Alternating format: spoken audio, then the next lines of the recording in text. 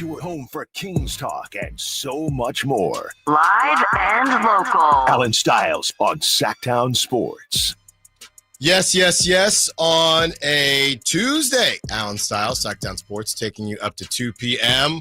We got a heck of a show today. A couple different guests. We have Dan Favale of Bleacher Report joining us. Dan is cranking out a ton of content on Bleacher Report. So he's joining us at 10:30.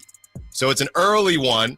He's joining us at 10:30, and we will have that up for you if you're going to be running around that time. So 10:30 is when Dan joins us. We'll have it up on YouTube, the Sacktown Sports app, shortly after that as well. And we're going to talk to Dan. He is the one, if you've been listening to the show, he is the one that wrote the article about which of the NBA's biggest disappointments are most screwed. And I believe the Kings came in number 3 on that list. He also wrote what every team would do if free agency started today. And the answer that he had for the Kings is that they would extend Keegan Murray. Now I'm going to ask Dan if that's something he would do or if that's something he's just saying the Kings would do. So I'm really excited, as you can tell, for 10:30 when we talk to Dan about all things NBA, what he's hearing around the league. A lot of rumors going around about Kevin Durant. Apparently that price tag is dropping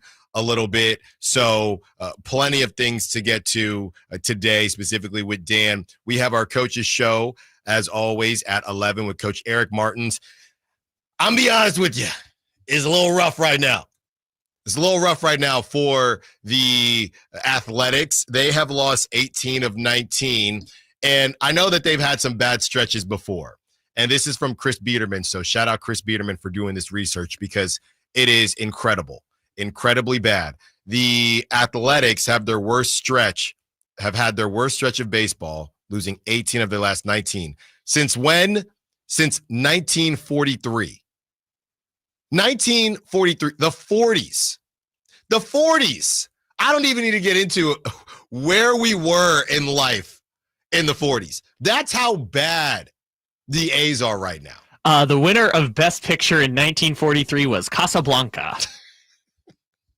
That's how bad the A's are right now. The bullpen is a mess. FDR had just been elected to his 4th term. Starting pitching. Where were the A's? Can we confirm that? That was Philadelphia. Okay. So they're in Philly. Which was at that point 4 cities ago, debatably. Depending on who you ask, 4 cities ago. 4 future 5, possibly. Oh, my goodness. Debatably 4 cities ago for the Athletics. So, yeah, we're going to talk to Coach Eric Martins just about powering through and how to get over the hump. And, it seems like just yesterday we were talking about this team in the last playoff spot. Now we're talking about 1943 in Casablanca because that's how bad they've been. I tried to look up major events in 1943. No, it's just all World War II. It's just all World War II events. It's like United States entered Naples or liberated Naples. It's just like, yeah, we were in the middle of a world war. FDR was in his 4th term, and the Athletics were losing. The Athletics didn't even have their team. They just had the people who weren't off at war. Right. Are you at war or on the A's? So that means how many teams to lose this many games? How many teams were even around back then? No, they were still around, but they were just Joe Schmo playing baseball who couldn't go off to war. There was no way there was 30 teams back then. No, it was probably 20? That's what I'm saying. So they're just getting their ass beat by the same 4 teams. At least the A's are distributing the beating of. In 1943 Major League Baseball standings, there were. So this is back before it was Major League Baseball. So it was still American League and National League at this point. There were 8 American League teams, 8 National League teams. The Athletics finished 49 games out of the first place in the American League, behind the Yankees, who won the championship that year. There you go. Against the Cardinals. Well, and the other thing is, too, looking at the other side, I was going to say the other side of the bay, but looking at the other side of 80, the Giants are trying to power through. They can't. The Giants, both these teams, we need to let them know certain things, right? the A's need to be aware or need to be told that it is okay to not give up more than 5 runs. You're allowed to play baseball and give up less than 5 runs. The Giants need to be told you're allowed to play baseball and score more than about 3 runs in total. That's what's going on. The Giants right now are terrible as far as the plate is concerned. Luis Matos is kicking it with me now. He's been optioned to AAA because we need to watch 34-year-old Mike Yastrzemski. That's the other rule. We have to watch Mike Yastrzemski because he plays the best right field we've ever seen from someone who's won how many Gold Gloves? 0. If this makes A's fans feel better about the state of the team, just know that the 1943 New York Giants finished 49.5 games out of first place in the National League. So despite the fact the A's were terrible, despite the fact the A's right now are worse than they were in 1943, they're still not as bad as the Giants. And I'll tell you this much, the A's better be thinking their lucky stars at the Colorado Rockies. That whole team might go to AAA because that's how bad they've been. Because if it wasn't for the Rockies, everybody would be looking at how bad the A's have been specifically as of late. So we're talking to Coach Eric Martins. We're going to be nice. We're going to be nicer to him than we were just then about the A's. That's coming up at 11. Pacers, and Kyle is going to lead this one. Kyle wants to discuss how the Pacers are essentially the beam team in the East. We've kind of had these conversations before about, the difference between the West Coast and the East Coast and the Western Conference and the Eastern Conference and how things would have went for the Kings if they were in the East. Now, obviously, you can't live in that reality, but if that beam team were in the East, would we be having similar conversations? So we're going to break all that down. We have Devin Carter expectations. Dave wanted to talk about a bunch of whatever, as he typically does, because when they put out that clip on social media about who should be the point guard of the future if they don't go get one between Keon Ellis, Malik Monk, and Devin Carter, my answer is just no. I'm not even giving a guess. My answer is just no. So the Devin Carter expectations, we're going to break all that down. We talked about our trade target, and that's coming up in the 11 o'clock hour. Our trade target, a long wing from the Eastern Conference that was traded for a bunch of picks. Kyle's mad at me because that's way too easy. Somebody else got it right, but that is our trade target. We're excited to talk about this team in particular. And there's just been a lot going on around the league, a ton of rumors coming out specifically today as we kind of push towards the finals. And then after the finals, things are going to open up, the draft and the offseason kind of kicks off and things like that. 12 o'clock, we got our NFL, as we typically do. We got running back rankings. And we're going to talk about the running back rankings, but specifically, I don't know if enough people are talking about Christian McCaffrey when it comes to the Niners, right? Ashton Genty and my Raiders, obviously, he's going to show what he can do in his rookie season. But when we rank these running backs, obviously at full strength versus when we last saw them, this Niner conversation, it's really all dependent upon Christian McCaffrey. It ain't who's opposite of Nick Bosa. It ain't Brandon Ayuk. It ain't Juwan Jennings. It ain't Ricky Pearsall. It's none of that to me. If Christian McCaffrey cannot turn back the clock, and if those injuries are real deal, then there's nothing else to talk about. So we're going to have some fun with the running back rankings and break all that down as well. I wanted to talk about what I saw this morning. This is from Kelly Iko, who's a regional NBA reporter for The Athletic. If you were listening yesterday, you probably have a little smirk from some of the conversations we had. Yeah, we're just having some fun conversations about The Athletic. That's all. That TMZ-like organization. Look, man, it's the summer. We're just having some fun. I'm going to hit up Kelly, try to get him on the show, by the way. This is what he had to say. So Kelly, regional NBA guy, kind of focused in the Texas area from what I've gathered. He put out an article today about the relationship between Houston and Kevin Durant. And this is the quote that has a lot of people talking. Houston has fielded several calls from Phoenix who have since gradually lowered their asking price for Durant. those sources said. There is a price where the Rockets would be interested, but with the fear of breaking up their roster for a 36-year-old coming off injury, doubt remains over a deal materializing. Obviously, this is from the Houston Rockets point of view, but this is what we've been talking about as it pertains to DeMar DeRozan. This is exactly what Chris Biederman laid out a couple weeks ago and got me on that train as well. And the conversations about, and I know we had Yossi Gozlan on, you can check that out on YouTube as well, salary cap analyst for the thirdapron.com. And Yossi said, I don't know what DeMar DeRozan's value is. Some people think it's higher than others. But this, to me, makes me feel better about the value of DeMar DeRozan. People are not trying to give up the farm, and it never made sense to me. I love Kevin Durant. I think he's a great player. He's a Hall of Fame, and that's putting it lightly. He's a Hall of Famer. He's a Hall of Fame talent. He's a marksman. He's a sniper. He's an assassin. We get all that. He's 36, and he's getting paid $50+ million on an expiring contract. In a league where, number one, money matters with multiple aprons, the luxury tax, things like that. But also, because of those things, you have to take chances on young talent. So I'm sorry, Phoenix. I can't give you 3 first-rounders. And it felt like, remember, it was just a couple years ago. Remember when, look, Mikal Bridges, and we're going to talk about that situation and how many picks that the Knicks gave up and whether or not it was a bad decision or not, whether he'll be extended. But even though that was just last season, doesn't it feel like a lifetime ago? Doesn't it feel like Cam Johnson going for 2 first-rounders seems kind of crazy now?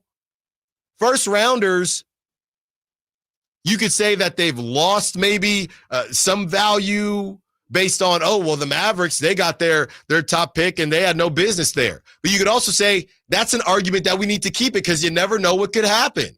So I'm sorry, I love Kevin Durant, but I cannot give up 3-4 first-rounders for KD or the young talent that we have. You know, Jabari Smith Jr., I know Tari Eason, one of them will probably go. But I cannot give you the farm for only one promise year of Kevin Durant where we have no clue what Kevin Durant is going to do in the next season. And you're going to take a chance on that. And that's fine. I'm just looking here. He played 62 games, so he missed 20 games. Over his last however many years since the injury, hasn't been terrible. You had 62 games. He played 75 games prior to that. 2023, he played 47 games. 2022, 55 games. So this last stretch has been great. And it's more about Phoenix wasting it. 35, he played 75 games. That's a waste. Wasted mileage. 62 games at 36. So I love Kevin Durant, but I can't love him like that right now. When we return, we discuss once again the Pacers being who the Kings want to be. If you have kids, I know growing up, I had an allowance, right? And the way a lot of these owners run is that you have to earn your allowance if you are a team. We'll discuss what that allowance is when we return. Allen Stiles, Sackdown Sports. If you're 55 and up, T-Mobile has plans built just for you. 2 lines of unlimited for just $30 a line. That's a 45% savings compared to Verizon and AT&T. But don't just take our word for it. It's not just the savings that are great with our T-Mobile plan. There's all this value from all these other things that T-Mobile offers. T-Mobile has been such a savings for us. We love it. Switch today and get 2 free 5G phones like the Motorola Edge with Turbo Power charging that gives you power for the day in just 15 minutes. And customers 55 and up can get 2 lines of talk, text, and data for only $30 a line. Go to T-Mobile.com/55 to learn more. With 24 monthly bill credits and 2 new lines with autopay for well-qualified customers, plus taxes, fees, and $35 per line connection charge. Credits end and balance due if you pay off early or cancel. Contact us, plus $5 per line without autopay. Debit or bank account required. 45% off 2 lines versus AT&T Starter and Verizon Welcome. Plan benefits vary. See details at T-Mobile.com. Motorola Edge requires 68-watt charger. Chargers sold separately. Actual performance will vary based on usage and configuration.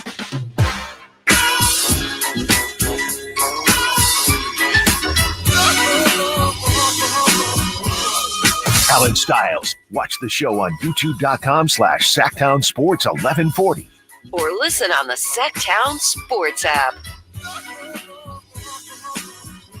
916-339-1140. You know, growing up, you would have an allowance, right? Or some that were fortunate enough to have an allowance. I had an allowance. And my allowance, it kind of went away in high school. It would just kind of turn into, hey, I need money for this. Okay, did you clean your room? Okay, did you? I didn't really have to mow the lawn that much. I would take out the trash, do the dishes, keep your room clean, keep the grades right. One time, and this is a crazy one. So my parents, they knew what would tick me off, right? They were very good at knowing what punishments made sense. You can't punish every kid the same way. And I was messing around, right? Grades weren't right. When I was in high school at De La Salle, grades weren't right. I was not getting it done. So most normal parents would, ground you, things like that. I wasn't really a partier in high school. I was kind of a square. So can't really ground him. He doesn't really go out like that. I made up for it in college, but that's a different conversation. You're rocking it at junior college? Don't forget, I started at Sonoma, and that was a legendary freshman year. Let me tell you that. But in high school, I messed around. My grades weren't right. And mind you, I'm wearing pants that are way too big for me, size 38 waists. And I've never been past a 32, 34 in my life. And I'm talking about high school now. And I'm talking about I've never been past 32, 34 currently, ever. Okay? And, so I'm thinking I don't know who somebody said I look like 50 Cent. I was all scrambled in the brain. And my grades weren't right. Playing basketball, playing baseball. My parents say, hey, we're going to put you on punishment. Okay? Okay. Well, what's the punishment? We're taking away your jeans. Now, at De La Salle, you had to wear a collared shirt, right? So you could wear any polo you wanted, but you could wear jeans, you could wear khaki shorts, couldn't wear basketball shorts, things like that. So you already were kind of strapped for what you could rock. So my parents took away my jeans for, I believe, a whole semester, if I remember correctly. And it really worked because people kept asking me, Allen, why are you only wearing khakis to school? And I had to lie. Everybody wears jeans. I didn't feel like wearing them. That is great parenting. My God, that is amazing parenting. To know your kid well enough to know. They got me messed up. So, my close friends knew what happened. They're like, all right, bro, why are you wearing khakis every day? What's going on? My parents took away my jeans. They took away your jeans. What do you mean they took away your jeans? I'm telling you, they took away my jeans. I could only wear khakis. I could wear non-jeans to school. So they knew how to push the buttons. Now we have a report coming out, and the report says, and this is from Brian Windhorst, the Pacers ownership is now willing to go into the luxury tax. And this is the quote: from what I am told, the hope and belief and whatever is that ownership will greenlight them going a little bit into the tax for a little while. And to bring this all back together, I've said this before. People have gotten on Vivek, and I know it's all connected. People have gotten on Vivek for not wanting to go into the luxury tax. You need to go into the luxury tax. Stop being cheap. You need to go into the luxury tax, okay? And my thought has always been, personally, that you don't go into the luxury tax to be a 6 seed. I said this even before. Now, I don't think that they should have fired Mike Brown randomly in the season at all. But if you're Vivek, I'm sitting there seeing a team of DeMar DeRozan, De'Aaron Fox, Domantas Sabonis, Malik Monk, who we just re-signed, and I'm thinking, this team is better than what we're showing. I think this team is a 6 seed, which is why I was so upset last season before Luka flopped on Malik. So I got to see y'all do some things before I go into the luxury tax. It's like earning an allowance. So I've always been more on the side a Vivek on this one, and you see something like this from the Pacers. Yeah, the Pacers were under the luxury tax and they overperformed. Maybe some of that is being in the East. Maybe some of that is luck of the draw. Probably. But I had never understood, and you can disagree with me, 916-339-1140. I've never understood going into the luxury tax to make the playoffs. That is not how this thing should go. Now, I'm not saying the situation is perfect and that he's made all the right decisions within that. If he was behind getting DeMar DeRozan, we don't know. We know the reports. But you put that team on paper and people were saying, yeah, 6 seed, maybe 5 if they get lucky, 7 seed, top of the play-in. Some of that maybe was stepping on your own feet by firing Mike Brown. But all that removed, the idea of going into the luxury tax to be a 6 seed or a 5 seed never made sense to me. The Pacers, they did their homework. They mowed the lawn. They folded their clothes. They cleaned their room. And the owner says, you know what? Now we can go into the luxury tax because you've earned it. I've always felt like it's something that you have to earn. I know a lot more goes into it and how much in the weeds is the Pacers owner versus the Kings owner, sure, but I've never understood people banging on the door. And I get it, it's the West, not the East, but I've never understood people banging on the luxury tax door for ownership to go into the luxury tax to be a 6 seed. I've never got that. Well, and the other part of it is, regardless of how involved or not involved the owner of the Pacers is, which I believe his name is Herb Simon or something like that. Regardless of how involved or not involved, he has a 15-year working relationship with Kevin Pritchard, the chief basketball decision maker with the Pacers, to the point where there is an understanding of how these things work, right? Because these two built the Paul George Pacers teams that went to the conference finals in 2014. They built the Oladipo, Sabonis, Bogdanovic teams, and now they have this team that finally gets to the finals, and you have that working relationship to say, hey, we've always said we should do X, Y, and Z, and now we've done X, Y, and Z. Now the next step is we need you.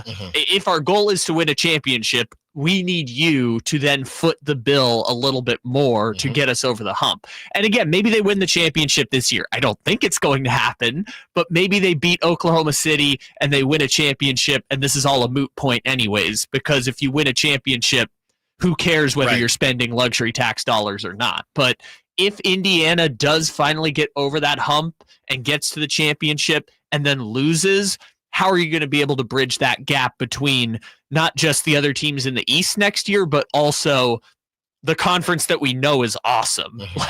And part of that is we're going to have to try and keep the core together, kind of like Boston did. So that's how I've always felt about it. I know a lot of people, and we'll see, oh, he needs to pay, he needs to do this. I understand it's not completely the same, but I've just never understood going into the luxury tax when they allow 8 teams into the playoffs and you're not even one of them. You got to pay extra just to get into the club. No, you should be paying extra once you're in the club for bottle service. That's how it always should be. And that's what the Pacers are doing. They're in the club now. Okay. They got their jeans. That's right. They got their jeans back. You know, they're wearing size 38s, 36s, whatever they need. That's how it's supposed to be. On the other side, Dan Favale of Bleacher Report and Hardwood Knocks Pod joins us talking Kings and everything around the NBA. Allen Stiles, Sacktown Sports. This is the story of the one. As a lineman, he does whatever it takes to keep the power on in his community. And he wants a partner like Grainger who does the same.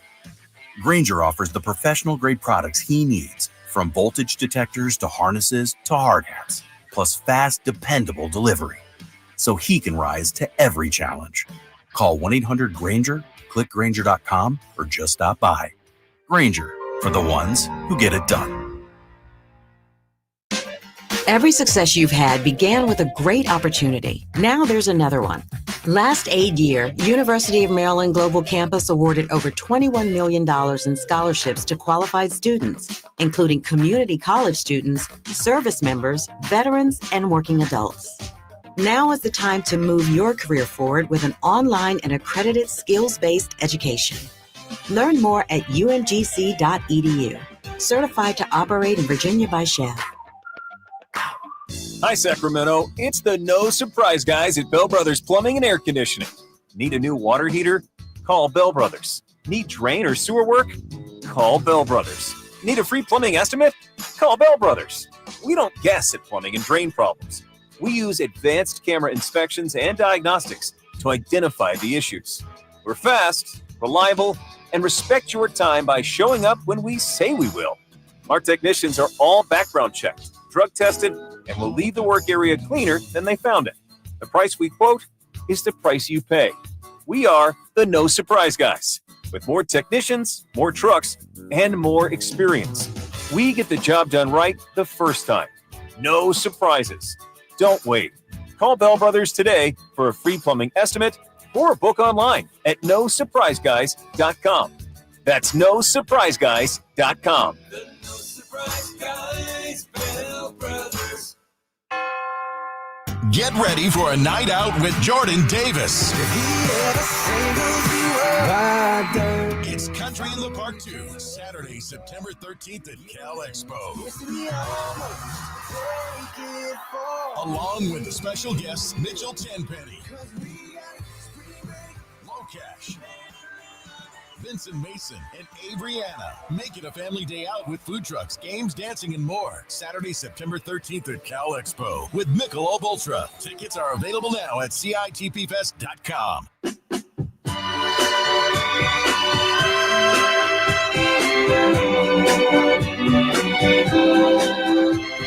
Live and local It's Allen Stiles. on Sacktown Sports.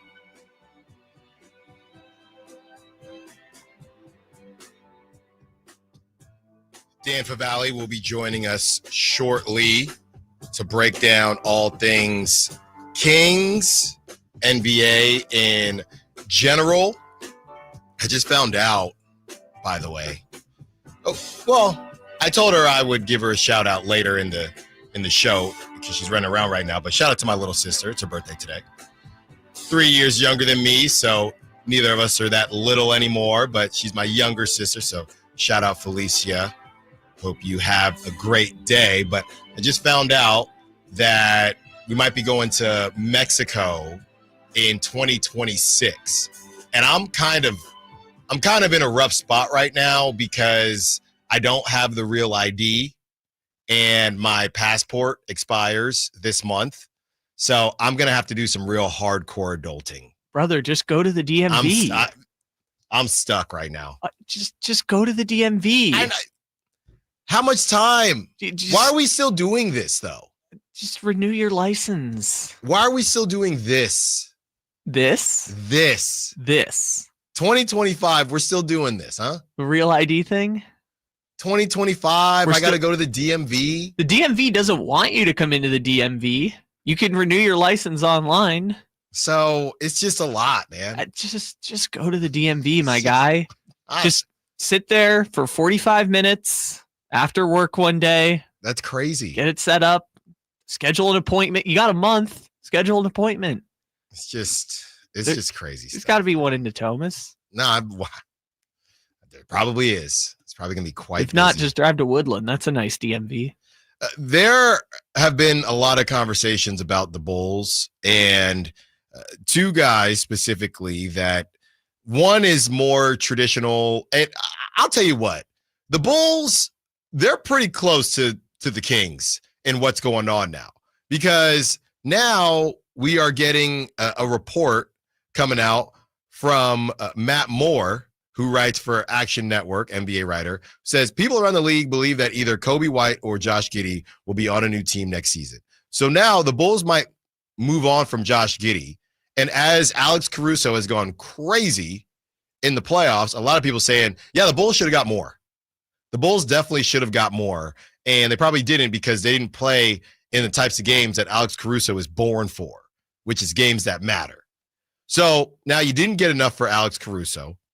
On top of not getting enough for Alex Caruso, now you may possibly lose who you got for Alex Caruso in Josh Giddey. That sounds very, very, very, very Kings-esque to me. Here is the quote.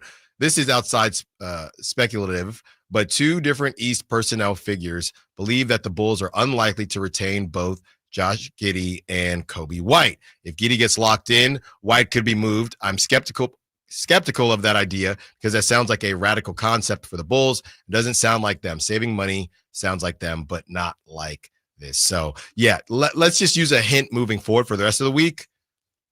You know the Kings have done work with them before, so a Bulls trade candidate is in our future this week. That's not who it is today, though. And who it is right now on our YouTube, and obviously you're listening on 1140 a.m. Sacktown Sports. Dan Favale of Bleacher Report and the Hardwood Knocks Pod is here. What's up, Dan? Thanks for joining us. Oh, no problem. Thank you for having me, Alan. How are you doing? Good, man. Let's start here. You know, we reference your articles a lot on this show, so I can't wait to kind of dig a little bit deeper into them. But I want to start in a more broad sense. Everybody keeps talking about how crazy this offseason is going to be, whether it be trades, not so much free agency just because of the names, but are you hearing the same thing? Is this going to be an explosive summer, or are we in line for a bit of a letdown because these expectations keep rising? You know, I kind of feel like we're in for a little bit of a letdown because I keep hearing what you're hearing, that this summer is going to be bonkers. And then my follow-up question always how is that working when all these teams are navigating the aprons and in these weird spots and no one has like a clear-cut answer? They kind of just point to, well, Giannis will get traded. And then if he does, that will have this trickle-down effect in addition to Kevin Durant getting traded. And so we know KD is gone, but I think like Giannis might be the domino that changes everything, because if he gets moved, what are the Bucks doing? Who's giving up all this stuff to get Giannis? Right.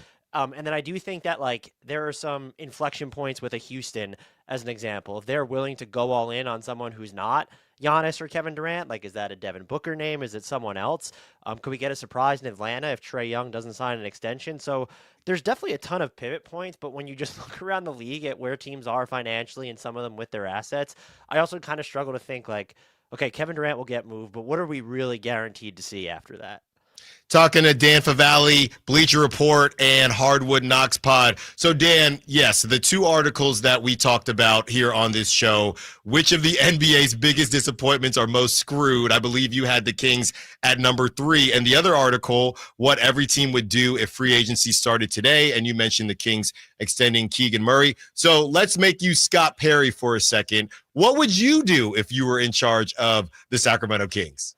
Oh, I would tear it down. Like, that's just, you traded De'Aaron Fox. We had the report, and it doesn't seem like he wants to be in Sacramento. He said that. Sabonis reiterated it. But when he wanted to seek clarity on where they were headed, it's never a great sign. I just don't, you look at this team, and it's how do you go from good to great? And it was an issue they were grappling with before the De'Aaron Fox trade. And so how do you move no worse than your second most important player, depending on how you feel about Domas Sabonis, and then just expect to get better or put yourself in a position to bridge the gap between, like, look at what's happening in the Western Conference. The Minnesota Timberwolves are an incredibly good basketball team. They just got trucked by the Oklahoma City Thunder. And so if you're Sacramento, I don't know how you're looking at this and thinking, yeah, we're like one trade away. Like, we could totally do this. So that's what I would do. I would, however, be shocked if that's what this front office, that organization does.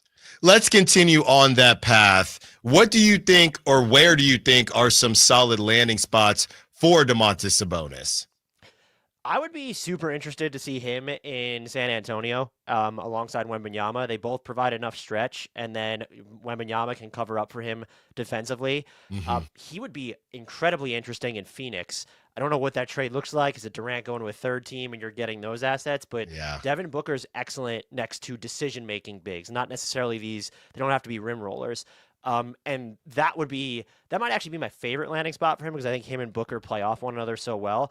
This does get into what is a fair discussion to have. I'm going to sit here and say they should blow it up. Domantas Sabonis is a tricky player to trade because his skill set is so unique. I think he's more versatile and just overall better than a lot of people believe. I had him all NBA this year. He didn't make it. But he is a very unique talent. And so I think that narrows with that contract. We kind of seen people's view of Larry Markkinen has changed a bunch since he signed his deal. So if you're not like a top 10, 15 player and you're on one of these contracts, it just gets harder to move you. So that is in fairness to the Kings, but they also did give him that contract, and I still think he's a really good player that you could recoup value on now, and maybe you might not get as much down the road for him. Talking to Dan Favale, covers the NBA for Bleacher Report, also host of the Hardwood Knocks pod. Okay, we talked about Domantas Sabonis. Now let's go to another confusing piece. Dan, every day, and by the way, before we continue, you dropping the reunion of Domantas Sabonis and De'Aaron Fox on a Tuesday, Dan, I wasn't prepared for that. Let me just put that out there right now. We glossed over it, but I gotta go back to that. So great stuff by you. As we move to another confusing piece, DeMar DeRozan. What in the world is his value? Sometimes I wake up and I think his value is, wow, well, if you don't win the Kevin Durant sweepstakes, this is a good, complimentary piece. And then other days I wake up thinking, I don't know if everybody is on board with what DeMar DeRozan does, and does he want to come off the bench for $24 million? What is DeMar DeRozan's value to you? I would be shocked if they got more than like a top 18 protected first round pick for him at this point. I think he's a useful player, but he's another really, when you look at his limitations and he's getting older, how long can you bank on him to play at a high level? I think that their best case scenario is just that Miami ends up being really desperate to find a primary offensive playmaker. Tyler Hero's gotten better, but that's just not his role. And they're willing to give you something for him, and maybe it's part of a multi-team construction where you're filling a need because Miami doesn't really have talent that helps you fill your needs at the moment. But it's tough. It's so hard to find a team that could come and be like, well, we want DeMar DeRozan, and we're willing to give you even a lottery-protected pick and more for him. I just don't think that team exists right now. Dan, one more for you. I know I let you be Scott Perry. You said you'd tear it down, but now we're going to come back to reality, and the reality is the reports that the Kings aren't going to tear it down. So you're Scott Perry again, Dan, but you can't tear it down. Now what do you do? Go get a point guard. I mean, Sabonis said it himself. I think it was at his exit interview that they need a point guard. Go get one. Zach LaVine, DeMar DeRozan, Malik Monk, they're all good secondary playmaking guys. You need an actual point guard. And it helps that you have Sabonis, so I don't think it needs to be someone who has to dominate the ball. But you mentioned his name before I hopped on here. Kobe White's a name I circled. I mean, the Bulls have no idea what they're doing, and he would just be an excellent fit next to Domas Sabonis. But you could look at, is there some type of weird challenge trade out there like Zach LaVine for Jamal Murray? Is that something, if you're the Kings, that you consider? You want a point guard that's used to, I think, playing off others. And so I'd be in agreement with you. I think I heard you on another podcast recently. I don't want a Trae Young in Sacramento. That's not who I want alongside Domas Sabonis. But go out and get a point guard that could complement him for sure. Is there just a bonus one for you? Then we'll get you out of here. Thanks again, Dan.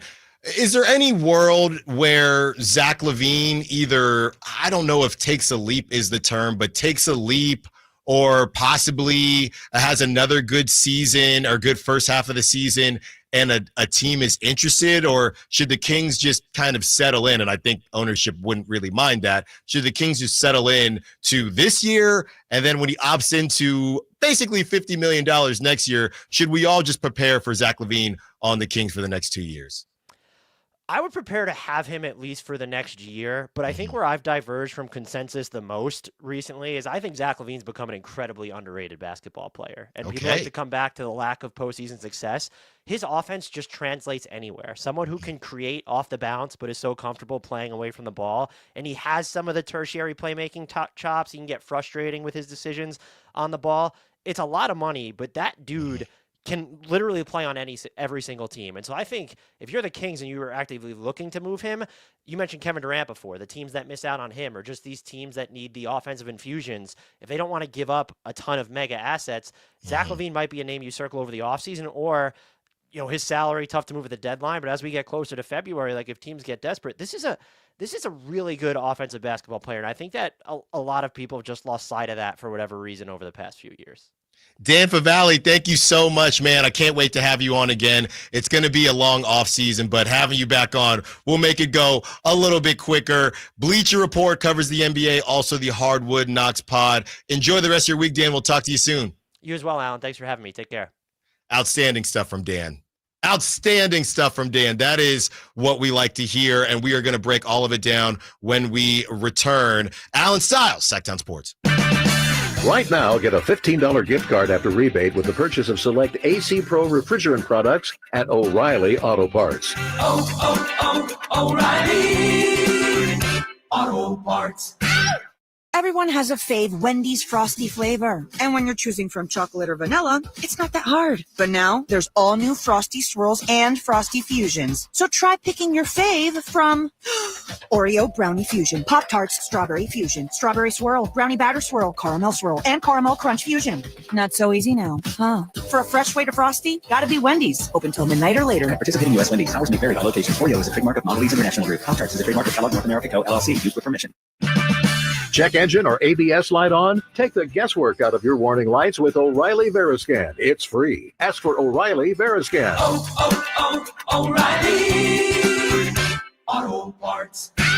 Hey, it's Carmichael Dave here for American Energy, and oh my goodness, I'm born and raised here. I know it gets hot, but my goodness, we're already seeing 100-degree days. Listen to me. You do not want your system to conk out in the middle of June or July or August with one of those big 100-degree stretches. You want to make sure you're good all summer long. And my friends at American Energy Heating and Air can do that with a $24.50 tune-up right now. That's half price. And if you need a new system, $3,500 off, up to $3,500 off in rebates for qualified systems. They've been around since 1981, serving the greater Sacramento area. A+ with the Better Business Bureau. Call them right now, 916-520-9990. That's 916-520-9990. Jingle Singers, take it away. Call 916-520-9990 now. Hey, Green Gobbler here. So you've got a clogged drain in your bathroom. Water in the sink's overstaying its welcome.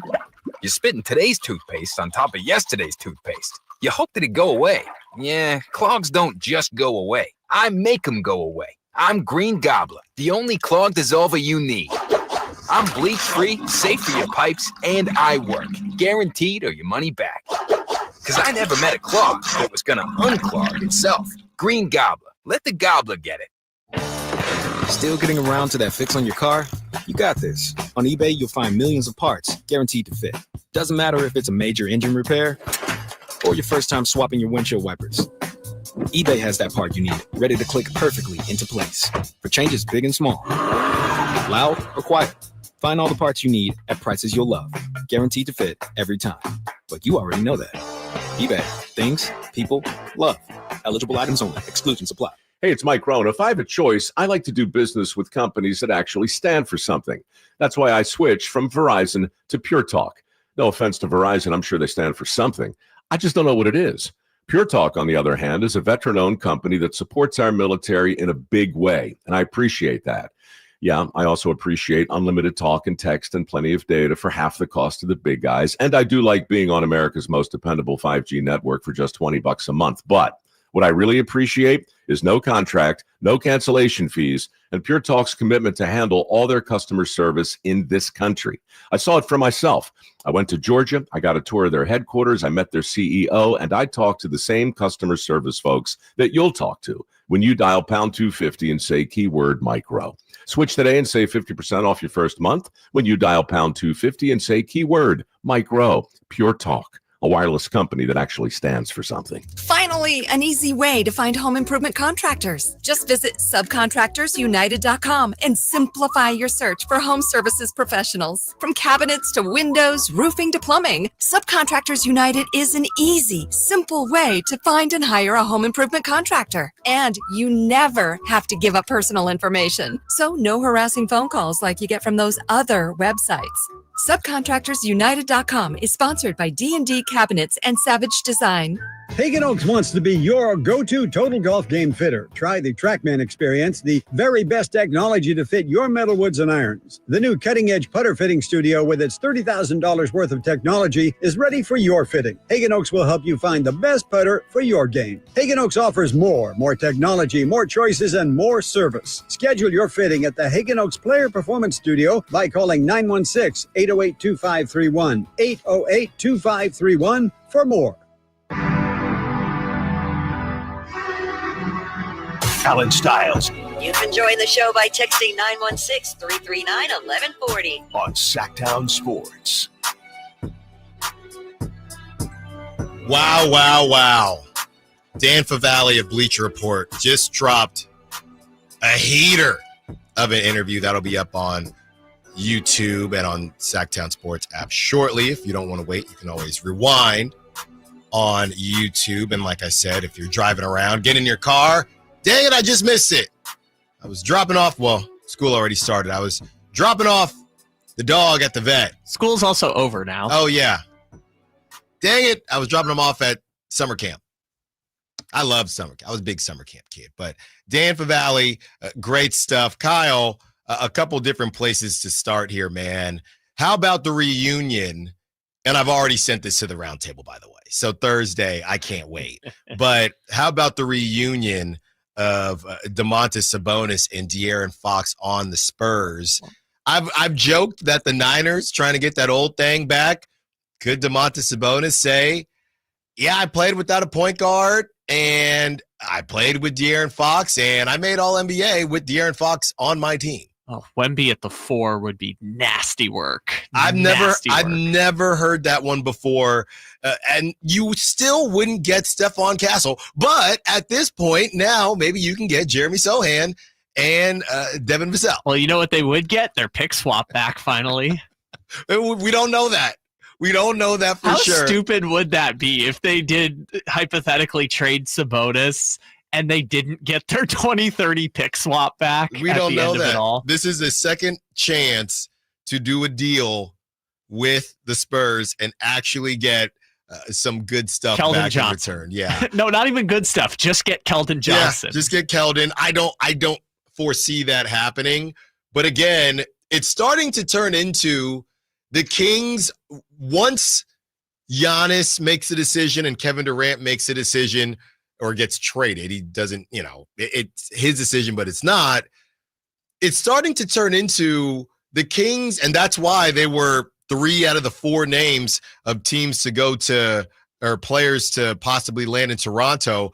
The Kings might be in a position where they might be forced to maybe start some of this over, maybe not the whole thing. Now, a lot of people are saying it's going to be, we've talked to multiple writers and media members here now that continue to say it ain't going to happen in the offseason, but let's let some teams get desperate, maybe at the trade deadline and then the next offseason, because then you'd have Zach LaVine on an expiring contract. If you were the Rockets and Zach LaVine had 1 year left, I think that, and I thought Dan had a great note. We've been talking so much about DeMar DeRozan as that secondary piece for teams that don't get Kevin Durant or Giannis, even though they're different players. Zach LaVine could be in that conversation more specifically next season because, yeah, we got to pay him $49 million, but it's just a 1 year type of deal. If you were the Rockets, you could make a move like that. Maybe the Kings say, screw it, fine, give us Jalen Green or give us whoever it is, Jabari Smith, and the Rockets could say, cool, we'll see if it works out. If not, we have a bunch of cap space. We're a more desirable place now because we're balling. So we take a chance on Zach LaVine. We either rework his deal or we either re-sign him at a more realistic price, or we let him walk and we go get someone else with that money that we have. So I thought that was a great shout on Zach LaVine and just kind of turning this thing. It's a negative in general, but also a positive in that all we got to do, what it's turning into, Kyle, is that, and we've kind of been on this the whole time, not to pat ourselves on the back, but it feels really bad. But you could make the argument that this next season should be the worst that it gets. Basically, we're all trying to power through. We say the same thing when college coaches take certain jobs, right? And I know it's different with the transfer portal because they be bringing their whole roster over, but just hang with me. When a coach comes over and they got to get their recruits in, that first season at Temple University, I didn't play that much my junior year, and there was an outfielder who will remain nameless that, he was barely at the Mendoza line. But this new coach coming in, he's not going to sit this senior, right, as he's just now taken the job. Okay, we're kind of cooked this season anyway, So I'm not going to tick off these seniors. I'm going to let them play, do their thing. And then next season, we will actually evaluate talent.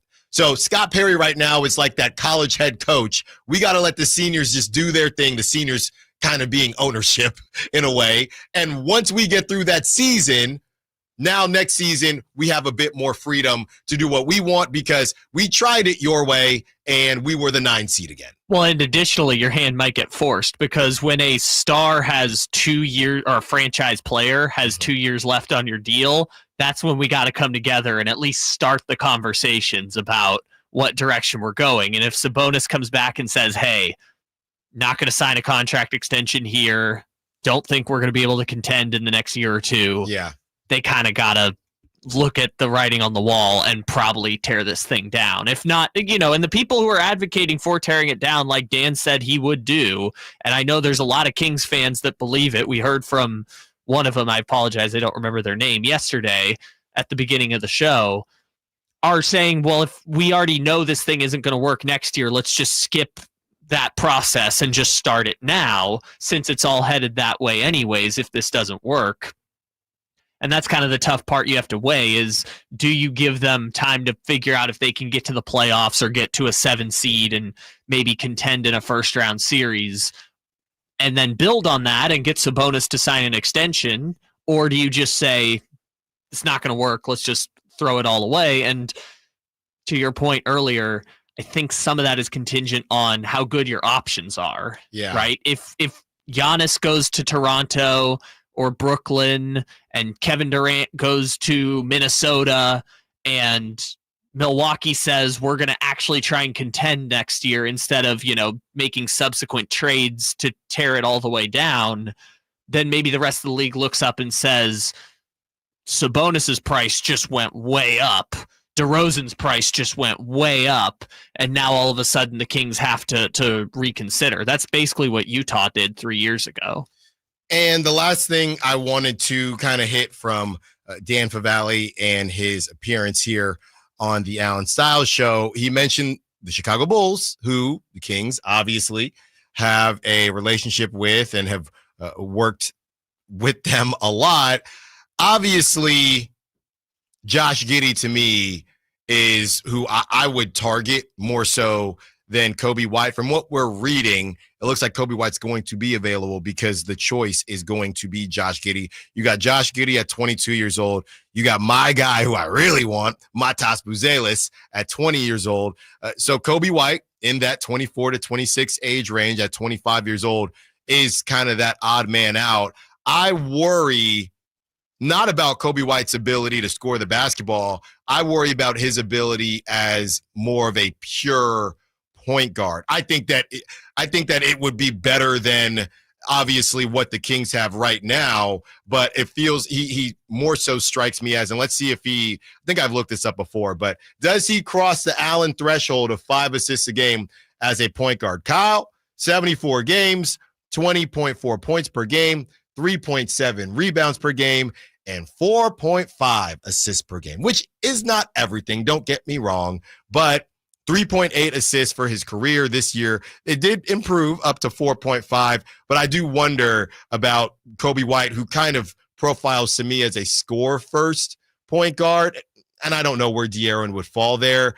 I would definitely be interested, don't get me wrong, at 25 years old, but if we could manage to get Josh Giddey, I'd rather have a younger player who's more of a pure point guard if we're going in that direction. But I think that's why the Bulls are probably going to hang on to him, and it would look really bad on that Caruso deal if you move on from Josh Giddey after 1 year. And it would align with the timeline, which is 2026 free agent. Mm-hmm. So you either extend Kobe White or you rework Zach LaVine's contract to then pay Kobe White $25 million a year. And now all of a sudden we've got the Sacramento Bulls, but with no DeMar DeRozan.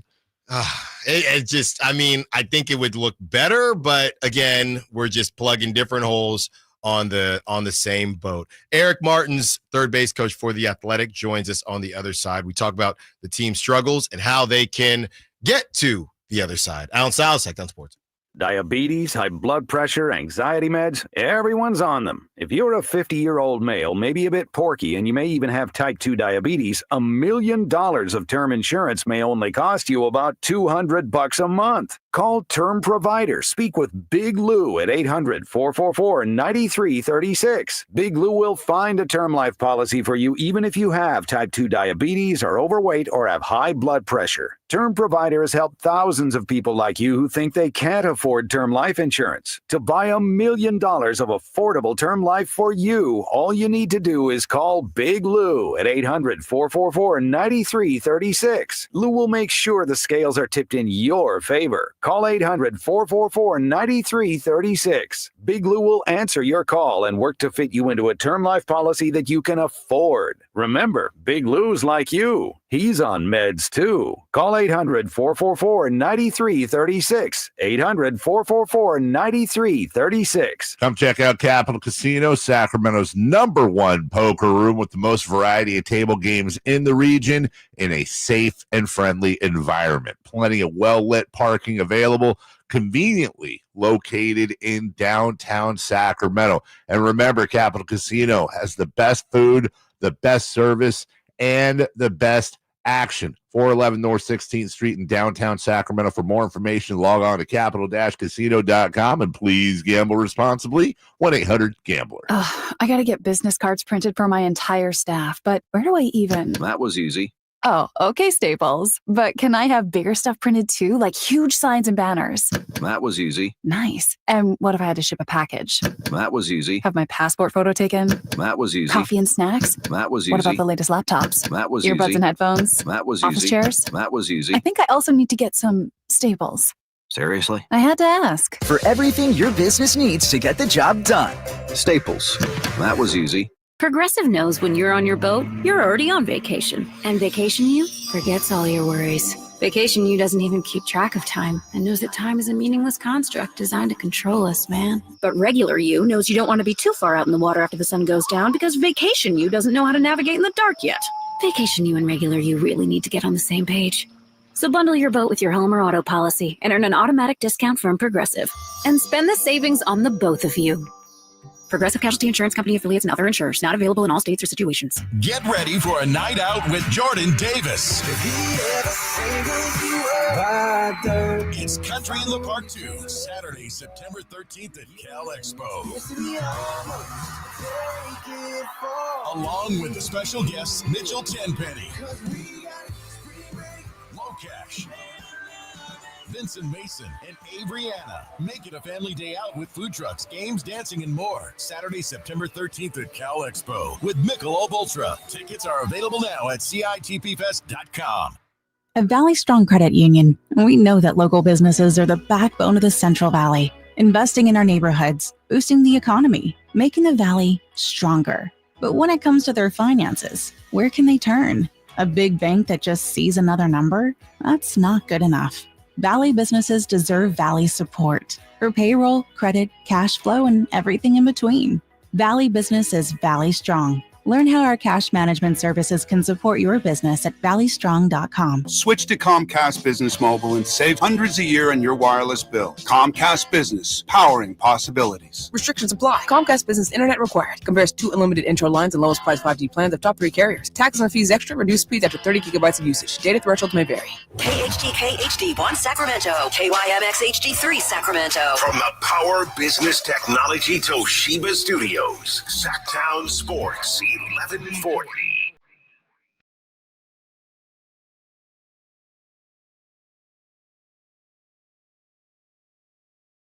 Live and local It's Allen Stiles. on Sacktown Sports. 11 o'clock on the dot, and we are joined, as always, on Tuesday at 11 o'clock by Coach Eric Martins, third base coach for the Athletics. Coach, how you doing on this fine Tuesday? I'm doing all right, Alan. I'm doing okay. How about yourself? Pretty good. Pretty good. Can't complain. Can't complain. Let's just get the elephant out of the room, Coach. It's been kind of a difficult stretch for the A's so far, and I just wanted to kind of get your thoughts on really the vibes within the locker room, within the clubhouse? What is the overall vibe of the team right now?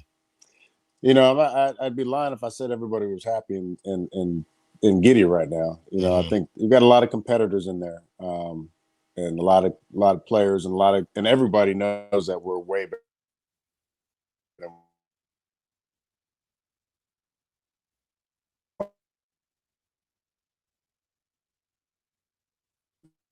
Having a little bit of trouble with Coach. We're going to try to get him back. It's just like he's cutting out in and out a little bit. Okay, we're gonna work on that. And gotcha, Coach. We got you. Yeah, I think we're back.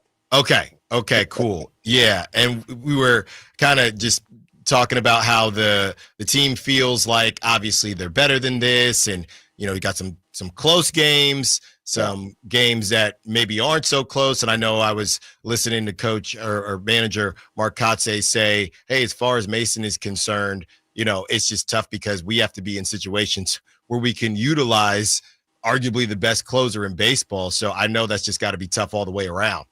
Yeah, without a doubt. You know, we've been in some games and we've been ahead in some games late. And, you know, it's just one of those stretches right now where collectively as a group, we need to play better. You know, whether it's offensively, defensively, pitching, you know, it seems like we can't get all three facets of the game going at the same time. You know, our offense will be good. We'll play good defense, and then our pitchers will stumble late, or our pitchers will pitch well, will hit well, but our defense will make a bad play later. So it's just one of those things that we just need to continue to work on, because we know this thing's going to turn around. We're way better than we are. We still have a big run in us. Unfortunately, we're putting ourselves in a bad situation right now, but there's a lot to learn from this. You know, our guys are continuing to work every single day. They're staying positive. So it's just one of those things right now where, you know, one big win here is going to kind of turn things around. Talking to Coach Eric Martins, third base coach for the Athletics. Coach, obviously you've been around the game for a really long time. I don't know maybe to this stretch or not, but have you ever experienced something like this in either your playing career or your coaching career where it's just been a tough slump? And how did your team break out of it? And are you using any of those experiences to kind of talk to the guys and keep their spirits up? Yeah, I mean, a couple of years ago, we were on pace to break the record for having the worst record in the league. So, you know, we've gone through this. But we understood the process back then of we were building ourselves to be a really good ball club, which we are now.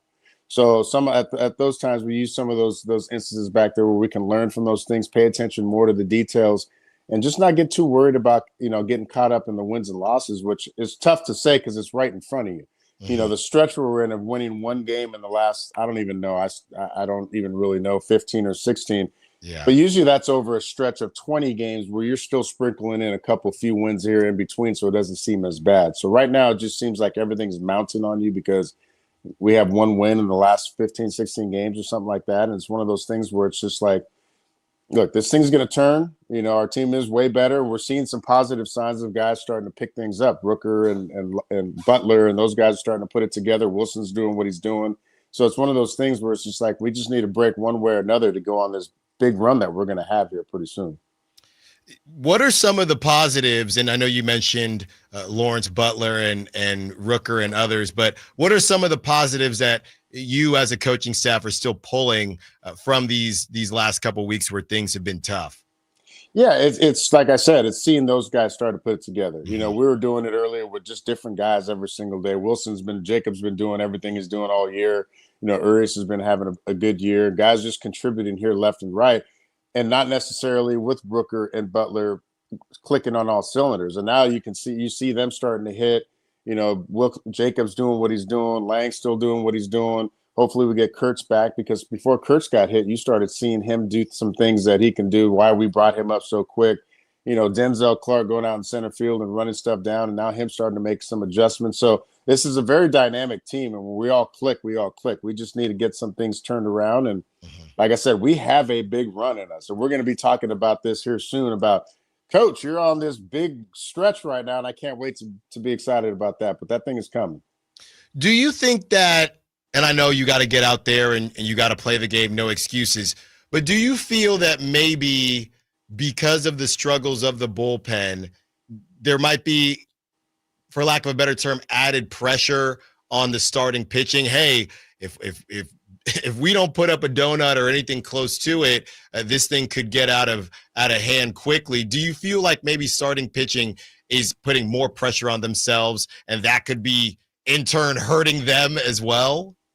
I think everybody's putting pressure on themselves, right? This is a team. It's a collective unit. We all want to do something to help us get out of this funk, so our infielders are putting added pressure because we want to make certain plays. Hitters are putting added pressure because they want to add more runs. Starting pitchers going out there just because they want to get some length and get some innings and not have to tax those bullpens again. So I don't think it's just the starting pitching. I think everybody's putting the pressure on themselves because we're, as a team, we collectively want to get out of this. And so we're putting a lot of pressure on ourselves to be better in our areas, defensively in the infield, in the outfield, catching, offensively. And so it's just a collective unit of putting a lot of pressure on themselves trying to get out of this because we know we're better than this. And it's not one area's fault. Right now, yes, It looks like in the bullpen, right? But we could have not made a play in the infield or the outfield that cost them extra pitches, which cost them extra runs. So we look at it as the big picture, not just one specific area. Talking to Coach Eric Martins, third base coach for the Athletics. Coach, in the midst of this, do see some new faces out there, Denzel Clark, CJ Alexander. What is the kind of a 10 to 14-day report card on some of these young players? You like what you're seeing? I mean, I like what I see in Denzel, and I think everybody likes what they see in Denzel in the outfield. I mean, he made that play in his home country in Toronto, which was unbelievable. And that's just scratching. That's not even one of the best catches I've seen him make. So it's a treat to see him out there. He's making some adjustments offensively because he's so dynamic. We need to get him on the bases because he can steal some bases and make things happen. CJ Alexander has tremendous power. He's very versatile, can play third, first, play him in the outfield, powerful left-handed bat. Logan Davidson, former first-round pick for us, who's grinded through the last few years and finally got his opportunity. So we're starting to see some faces come up that are going to be part of this team. JJ Bleday just got back up here, so he made some adjustments in AAA. So, can't wait to get Kurtz back. And so it's just one of those things where it's, get some fresh faces in here that have been doing some things down in AAA and give them an opportunity to get up here and see what we can do. Coach, I got one more for you, and this one is kind of outside of the diamond, if you will. Okay, we've talked before about the food and the restaurants that you'll go to, and we've kind of shared some recommendations. But I'm curious, you're in that ballpark all the time, Sutter Health Park. Obviously, I'm there doing River Cat stuff from time to time. Have you gotten to eat at Sutter Health Park? Because I keep trying to tell people the ciders and sliders truck. Okay, you got Oso's Mexican. There's a lot of good food out there. Have you gotten to eat any of the places in Sutter Health, or do you just go straight to the Diamond and you get on out of there? No, I mean, I tell you what, like once I get off here, I'll be at the field, and our game's not till 7. And we're blessed in our clubhouse to have one of the best chefs in the league that cooks for us. His name is Kai. We got Liz, we got Jess. I mean, they take care of us. We get there and we're fed until our hearts are content. Whatever we want, they'll put the food out, whatever they're making that day, but you can also get a side of, he'll make you some tacos, he'll make you a burger, we are fed really, really well in the clubhouse. We don't have an opportunity to really go outside into the stadium and eat that food because we don't need to. I mean, we're well taken care of in our clubhouse. So, well, I'll tell you this much. I got a trade for you because I'm gonna bring you these sliders. Because one time I'm at a River Cats game and we're doing a promo. So the promo was out by the left center gate. Okay, so that's right by the clubhouses. Right. So I'm there. It's the 6th, 7th inning. I start smelling the craziest smell I've ever smelled. They got the fried rice going on the flat top, Coach. On the flat top. They're whipping it up. I was working, so I'm not gonna ask for anything. But I'm gonna bring you some sliders. You bring me something, and let's get this thing going. A little barter system out there. How about that? I'm all about it. It just won't happen during the game because I can't be out there eating any sliders during the 6th, 7th. I'll come find you after the game for sure. For sure. Right, that's a deal. I'm all about it. All right, that was Coach Eric Martins. Coach, good luck tonight taking on those Twins. We will talk to you again next week, and we know that you're close to getting over the hump, and we can't wait to talk to you when it happens. Absolutely. I appreciate it, Alan.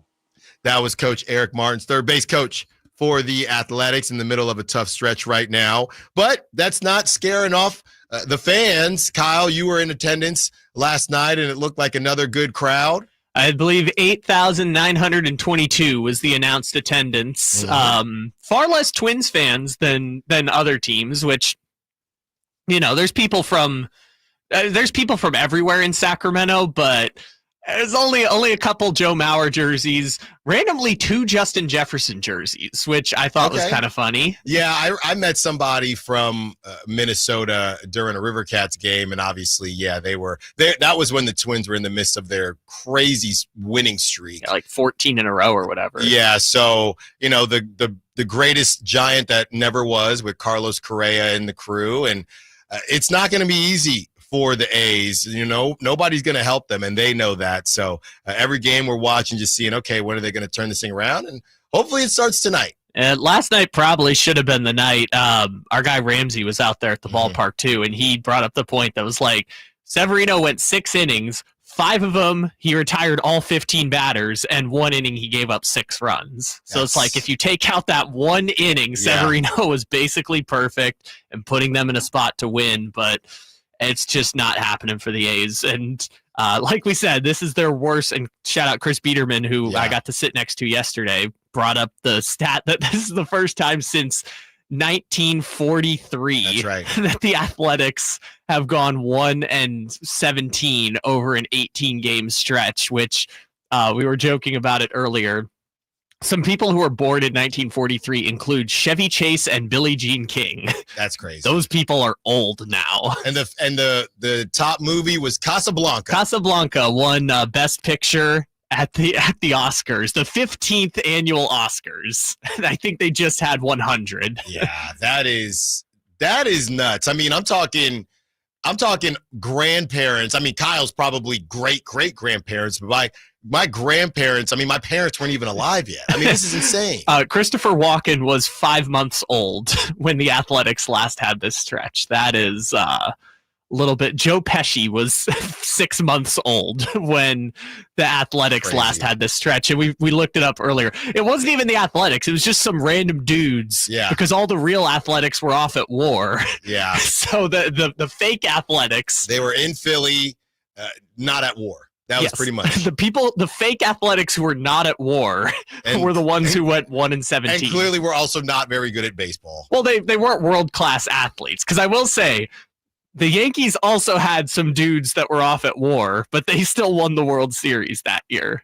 When we return, he's a long wing from the Eastern Conference, and they paid a boatload of picks to get him. That is our trade candidate, our trade target for the day. We discuss and we reveal who it is when we return. Allen Stiles, Sacktown Sports. Hey everyone, it's Kyle Draper here. If you're in the market for a new car, let me tell you about my experience with Mercedes-Benz of Stockton. From the moment I walked into their state-of-the-art showroom, I knew I was making the right choice. There was no pressure from the sales staff, and if I'm being honest, I felt like a kid in a candy store. I settled on the all-electric EQS SUV, and let me tell you why. First of all, the comfort. After a long day at work, I actually look forward to being in my car. It has several different massage settings, including my favorite, hot relaxing back. Plus, the seat heating and cooling features are perfect for the hot summer or those chilly mornings. Mercedes-Benz has the reputation of making the finest cars in the world. Now it's your turn to experience what I already know. Mercedes-Benz of Stockton is the best car buying experience you'll ever have. They're just a short drive down I-5, or you can shop online anytime at mbofstockton.com. That's mbofstockton.com, and tell them Drape sent you.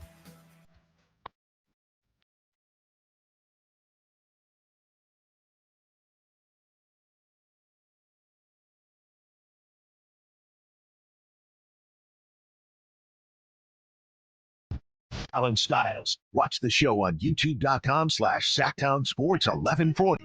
Or listen on the Sacktown Sports app.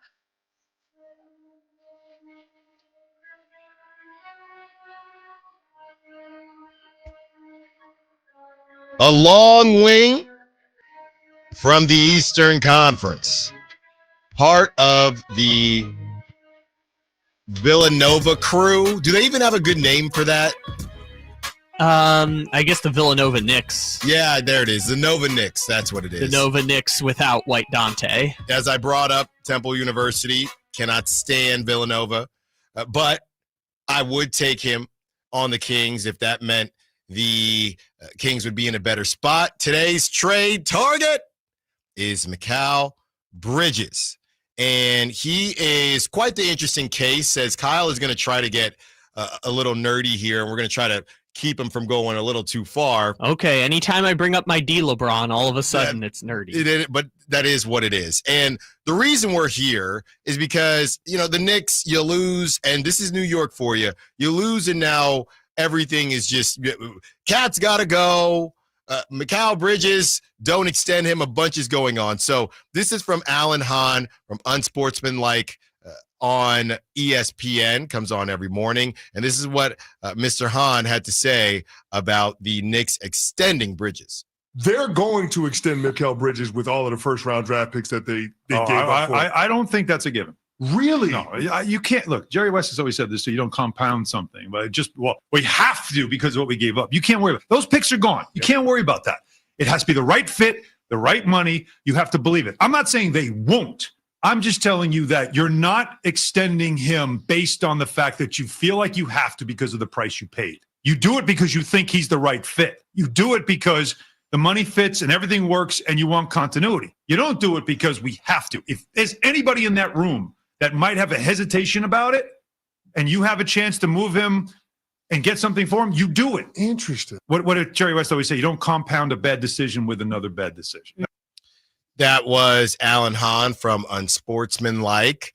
And it's interesting. And yeah, by the way, he spells his name. Come on. He spells his name incorrectly, I should just say. That's the way I spell it. What do you mean it's the way you spell it? My middle name is Alan. I did not know that. I've mentioned it before, but yeah. I don't know if you did. It's Alan and Alan over here, except mine is Alan. So Alan, who spells it incorrectly, Hahn from Unsportsmanlike, spelled it like me. Said that it's not a given that the Knicks extend Mikal Bridges. Here's what he has done. He has been a bit of an Iron Man. He played all 82 games. And even though it seems like it was a down season for Mikal Bridges, it really wasn't compared to his career. 82 games, 17.6 points per game, which is 3 points more than his career. 3.2 rebounds per game, which is a little bit less at 4 rebounds a game for his career. 3.7 assists per game, which is 1 assist better than his career at 2.7. 50% from the field, which is pretty incredible. 50% from the field. He's another kind of mid-range master, if you will, but he can shoot the three ball. Shot it at 35% this season. 37 is his career. Everybody was worried that his jump shot was broken. It is interesting the way he shoots. So, that's kind of part of it. 81% from the free throw line, 84% for his career.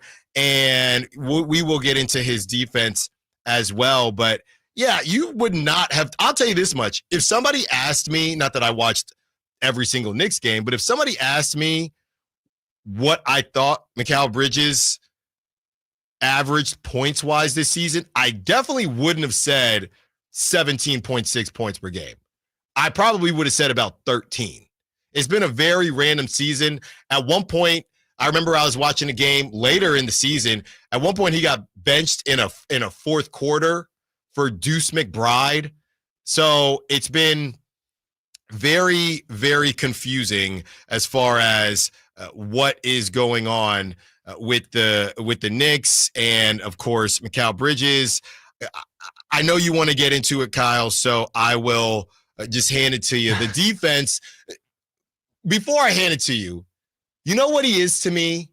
Mikal Bridges to me is a version of Cam Johnson in that he just didn't play a ton, right? With the Suns, he had a kind of a good stretch, and then everybody needed a wing, and he just didn't really have to do anything, and his value just skyrocketed without moving a muscle. Well, yeah, not just not moving a muscle, while changing his game into an offensive-oriented player who didn't do the things that made him desirable before, and then also having all of his friends be on the New York Knicks and be able to say, hey, go get us Mikal Bridges. So with that being said, now I will let you nerd out on the defense. It's not nerding out. It is.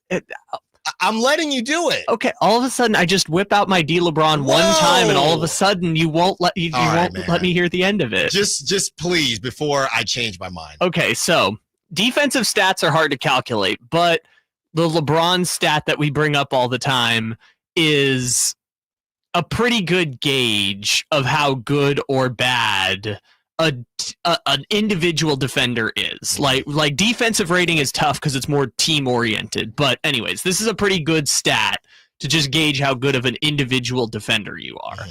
And so if you're 0, that means you're average. Okay. If you're 1, that means you're like very good defender. If you're -1, it means you're a pretty bad defender. Like Zach LaVine, I think, was like -1.8 or something like that. Okay. And we all know Zach LaVine was not a good defender. Right.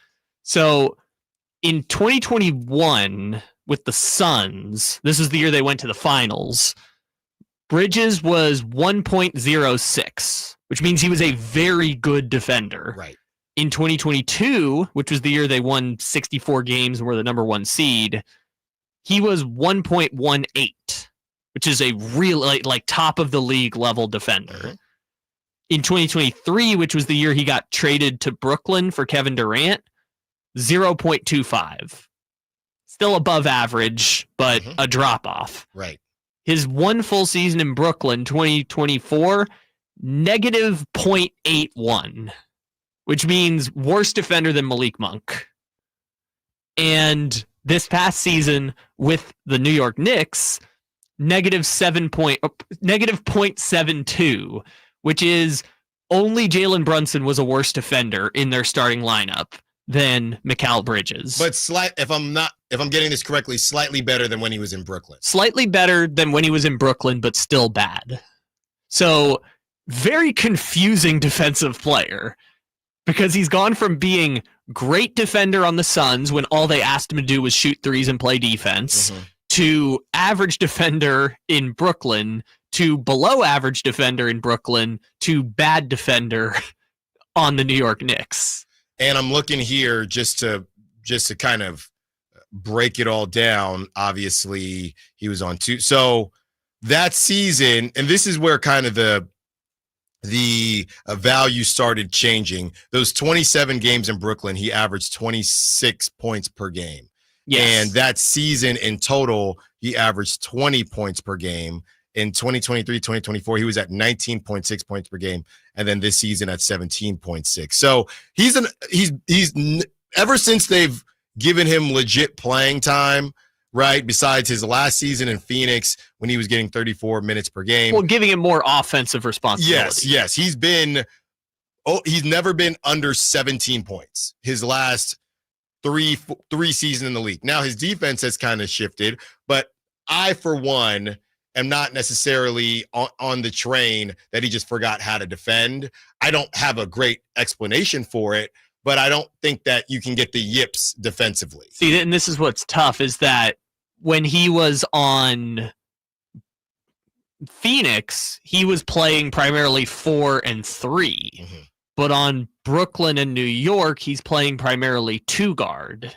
So some of it is the offensive responsibility changing, and some of it is he's switched positions like 2 or 3 different times in his career. Yeah. And you would think that now on the New York Knicks, where he's, basically their 3rd option, but kind of their 4th, because OG Anunoby is depending on the day. If certain people are in the crowd, OG might be the 2nd option. Yeah, Suni Lee there, and OG's number 1. OG all of a sudden is your warrior.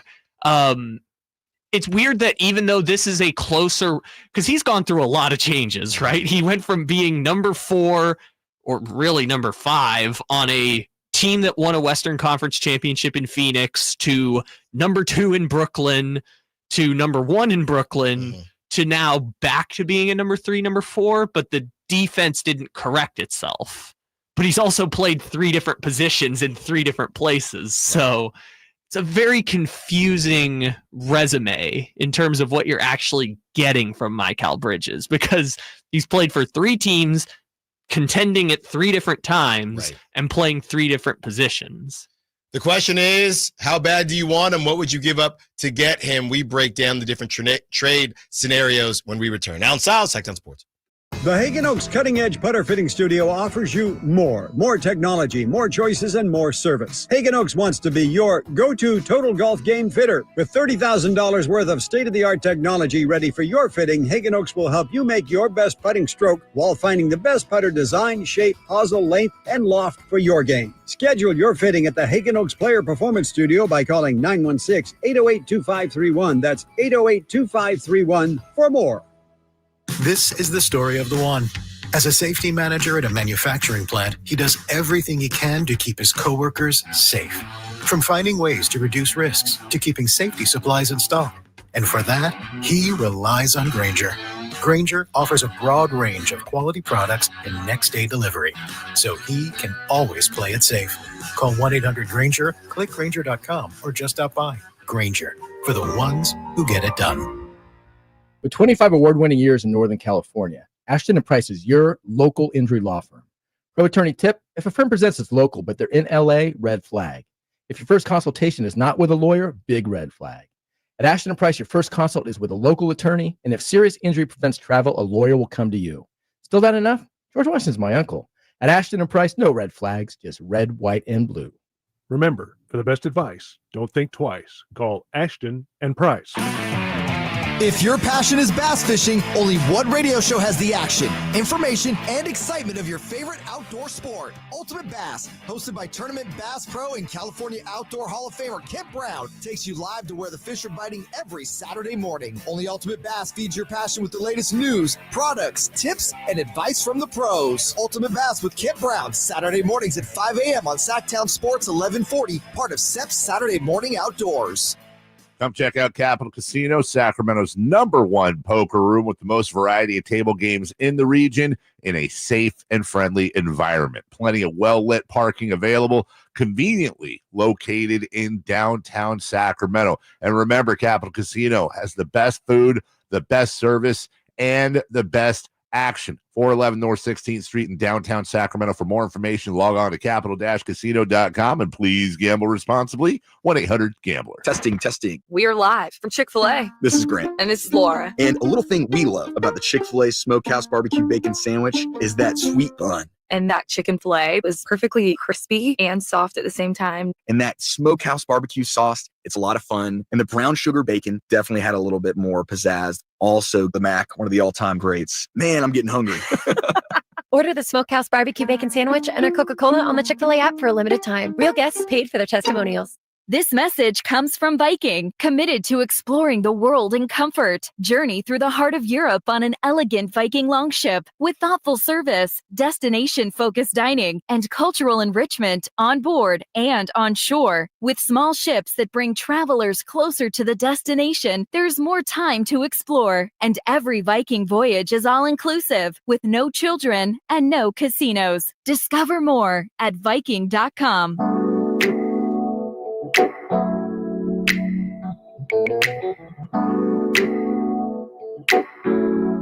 Live and local. It's Allen Stiles On Sacktown Sports.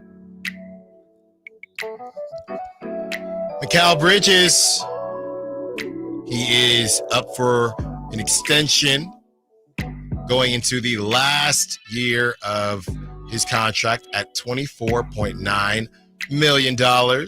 Question is, will he be extended? Obviously, the Knicks gave up a lot to get him, but nobody is safe right now when all you do is get to the measly Eastern Conference Finals. Mikal Bridges coming off 17 points per game, a little less rebounds than he's typically had, only 3.2 rebounds per game, 3.7 assists per game.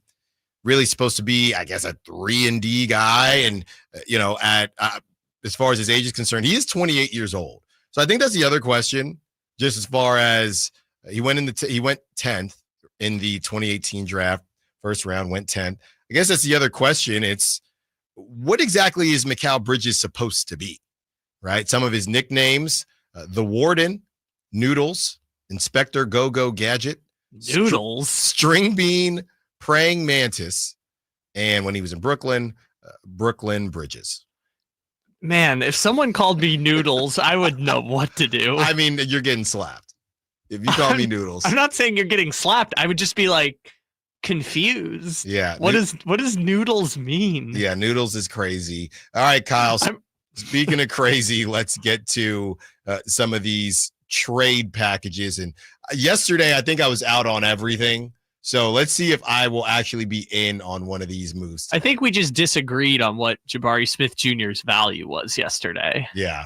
But if we want to get Noodles, I've put together 3 packages for us. The first one is the standard Mikal Bridges for DeMar DeRozan trade. Mm-hmm. To get it done, it's just their contracts are very similar. 1 year, $24 million. So you can just swap the two. Kings throw in their 2026 first round pick. And then I also added a contingent, which is the same for all of these, which is if Bridges signs a long-term extension with the Kings, they'll add another first round pick to the deal.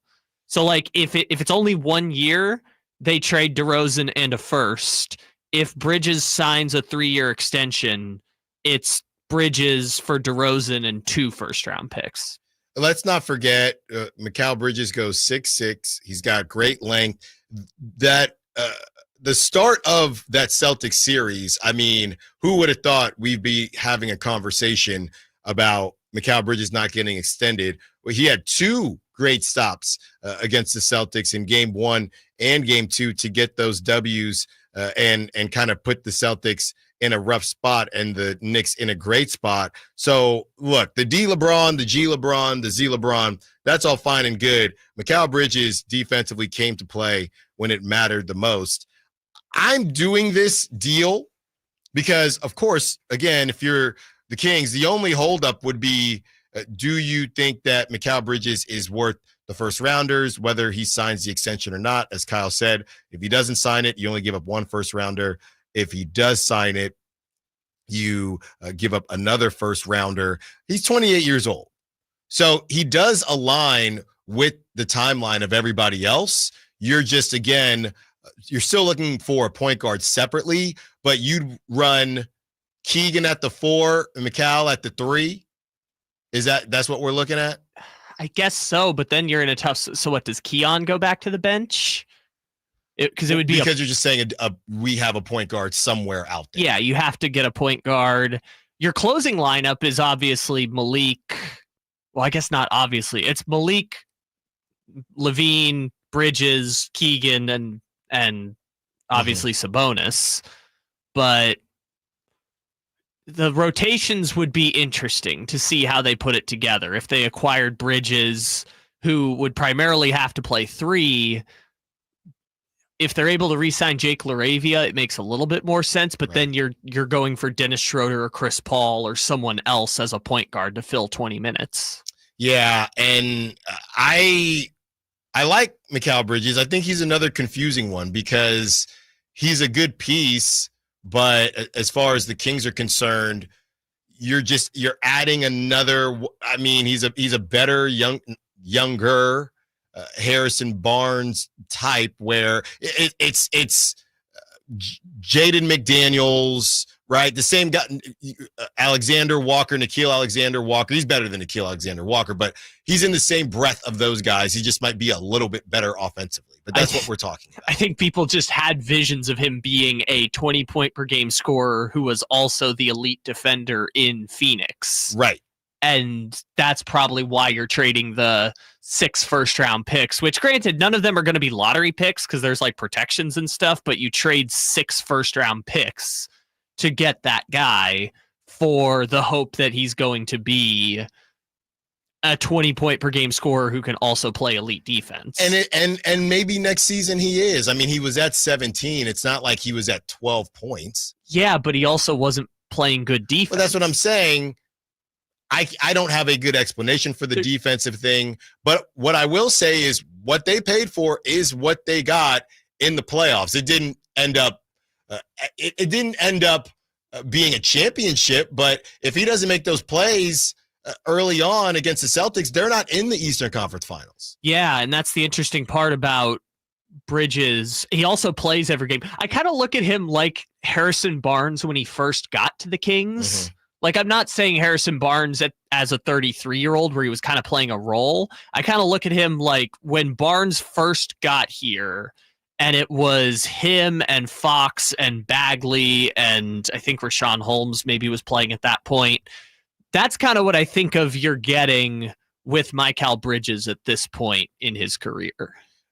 Let's get to that next trade, Kyle. All right, so second trade for Noodles is the same deal as before, except instead of DeRozan, it's Malik Monk and Devin Carter going back to New York. So Malik Monk, Devin Carter, 2026 first, and then if he signs the extension, add another first-round pick in there. Not Devin Carter? That's too much. So you like Devin Carter? Because Malik Monk's not as good as DeRozan. No, he's not. I think Tibbs would love a player like Devin Carter. Devin Carter, well, if DeMar DeRozan was coming home, Devin Carter went to school in Rhode Island, but New York's pretty much home. He gets to go home. If he had ended up on the Celtics, they would say he was home. Yeah, Devin Carter gets to go home.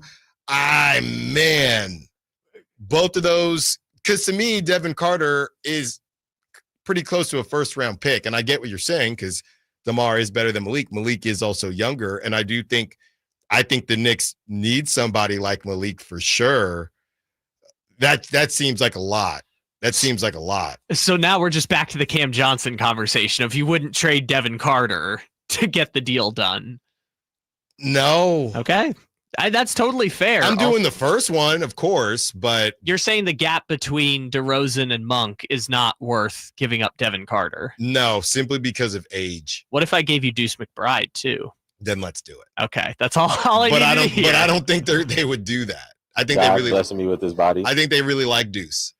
Deuce is a fine player. I said the Knicks really like Deuce. I know, but I'm just saying. And by the way, every team likes their guys, right? Yeah. Every team likes every team likes the guy that they drafted a little low, but is actually able to play in the NBA. Every team likes that guy.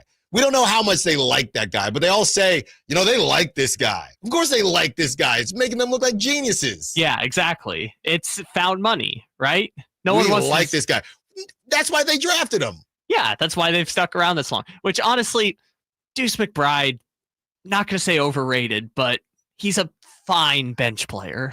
Leave Deuce McBride alone. He's no Malik Monk. They like him. He's no Malik Monk. They like this guy. They like how he plays. That's the same thing we saw. You know who they were doing that with, and maybe this doodle will be a dude, right? But that's what I had to turn on one of the days I woke up and Stephen A was screaming at me at 7 a.m. And who is he talking about? Terrence, and he did go in the first round in the 2024 draft. Terrence Shannon Jr. Remember when he had that little stretch with the Timberwolves, and I had to wake up with Stephen A yelling at me saying, "This brother, Terrence Shannon Jr. I like him. He's not scared. And by the way, the Timberwolves, they really like this. They all really like these guys. They got him for a late first round pick, and they don't have a lot of those. So he's going to have to be something. He played in 32 games. Yeah. What are we talking about? I'd take him on the Kings, but he's going to have to be something at some point. This brother. You wanted him on the Kings. They could have drafted him. They could have. They chose Devin Carter instead. He went 27th. All right, what's the last All right, package? last deal. This is more fun than anything else. Basically same terms as deal number one, except the New York Knicks decide they want something a little bit more than DeMar DeRozan coming back in their favor. So in this deal, we've got a funky little 3-team trade with the Lakers that will net the Knicks Austin Reeves, Rui Hachimura, Jared Vanderbilt, and the Kings first rounder. Again, they get another one if Bridges signs the extension. Okay. In exchange, the Knicks are sending out Bridges and Mitchell Robinson and Deuce McBride. they're going to different places.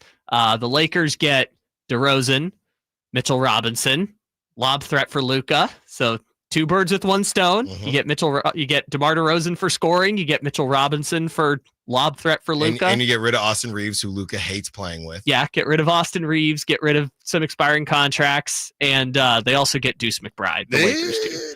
And the Kings, they end up with Mikal Bridges, Maxi Kleba on an expiring deal, and Ariel Hook-Porty, which is just a throw-in for salary purposes. So the Kings are giving up. It's the same deal. They give DeRozan a first, and they give up another one if they sign an extension. The only difference is they get Ariel Hook-Porty as a investment and then take on Maxi Kleba's $10 million expiring contract. I love it.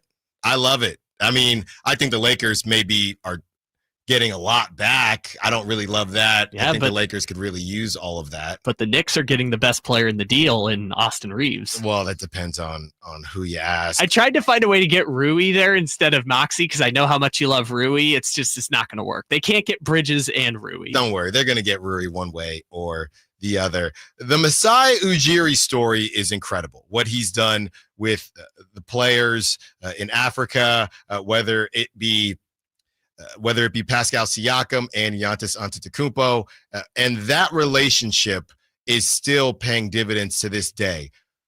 So why is it making me worry about the Sacramento Kings? Allen Stiles, Sacktown Sports.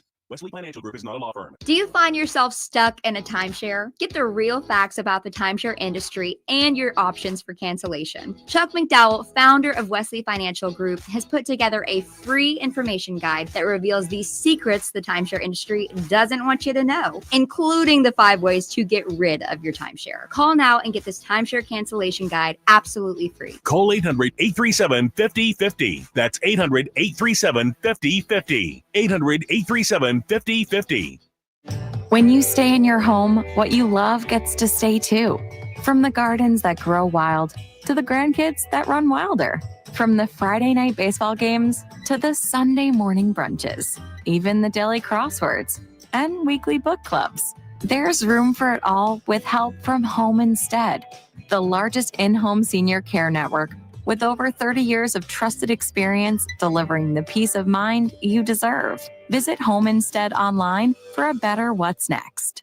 Hey, it's Carmichael Dave here for American Energy, and oh my goodness, I'm born and raised here. I know it gets hot, but my goodness, we're already seeing 100-degree days. Listen to me. You do not want your system to conk out in the middle of June or July or August with one of those big 100-degree stretches. You want to make sure you're good all summer long. And my friends at American Energy Heating and Air can do that with a $24.50 tune-up right now. That's half price. And if you need a new system, $3,500 off, up to $3,500 off in rebates for qualified systems. They've been around since 1981, serving the greater Sacramento area. A+ with the Better Business Bureau. Call them right now, 916-520-9990. That's 916-520-9990. Jingle Singers, take it away. Call 916-520-9990 now.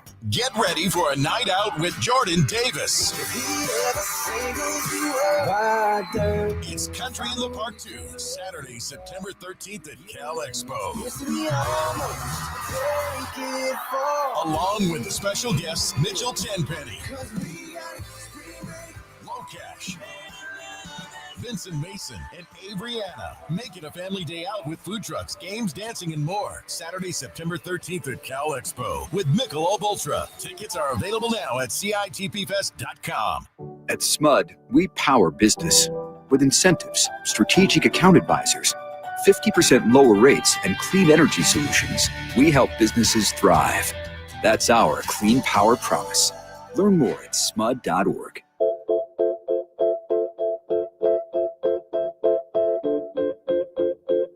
Your home for Kings talk and so much more. Live and local. Allen Stiles on Sacktown Sports. As we return, Kyle, let's get that breaking news. When it breaks, we have it first. It's Sacktown Sports breaking news. It ain't safe. It ain't safe for anybody, even if you get to the Eastern Conference Finals. Breaking from Shams, the New York Knicks are relieving Tom Thibodeau of his duties as head coach, sources tell ESPN. Thibodeau led the Knicks to their first Eastern Conference Finals in 25 years, made playoffs in 4 of 5 years, and led the Knicks to consecutive 50 or more win seasons for the first time since the 1990s. Tibbs is out, and I guess there's no more prank calls on the roommates pod with Josh Hart and Jalen Brunson when they prank call him and joke about his love for, I think it was Taylor Swift or whatever the case was. But the only reason I bring that up is because it felt like they had a really good relationship with Tibbs. I don't know for a fact how the Knicks are being run, but it feels like when you decide to go in the direction of the Nova Knicks and make it appear as a community of sorts, that maybe Jalen Brunson, his daddy was also on the coaching staff. I don't know what happens with his pops. So it's kind of confusing. I would think off the top of my head that Jalen Brunson, at the very least, I don't know about Josh Hart, but Jalen Brunson was maybe notified or at least a part of the discussion, possibly not, but this is kind of crazy. I know a lot of people said that Tibbs wasn't perfect, right? We've even going back to he plays everybody 1,000 minutes and the offense and yada, yada, yada. But you would have thought, and again, bringing it back to Mike Brown, clearly, and all the coaches that have been let go, this might be the most successful batch of coach layoffs in the history of the NBA. Well, then you also throw in Greg Popovich retirement. Right. And you had 2 coaches go to the playoff. Their teams went to the playoffs in the Nuggets and the Grizzlies. Yep. You had, I'm not really counting the play-in with the Kings, and Mike Brown was fired a week into the season. And then on top of that, you have Tom Thibodeau, who everything I just read, going to the Eastern Conference Finals since the 25 years, right? So Kyle wasn't even born yet, and the most consecutive 50 or more win seasons for the first time since the 90s, and he gets canned.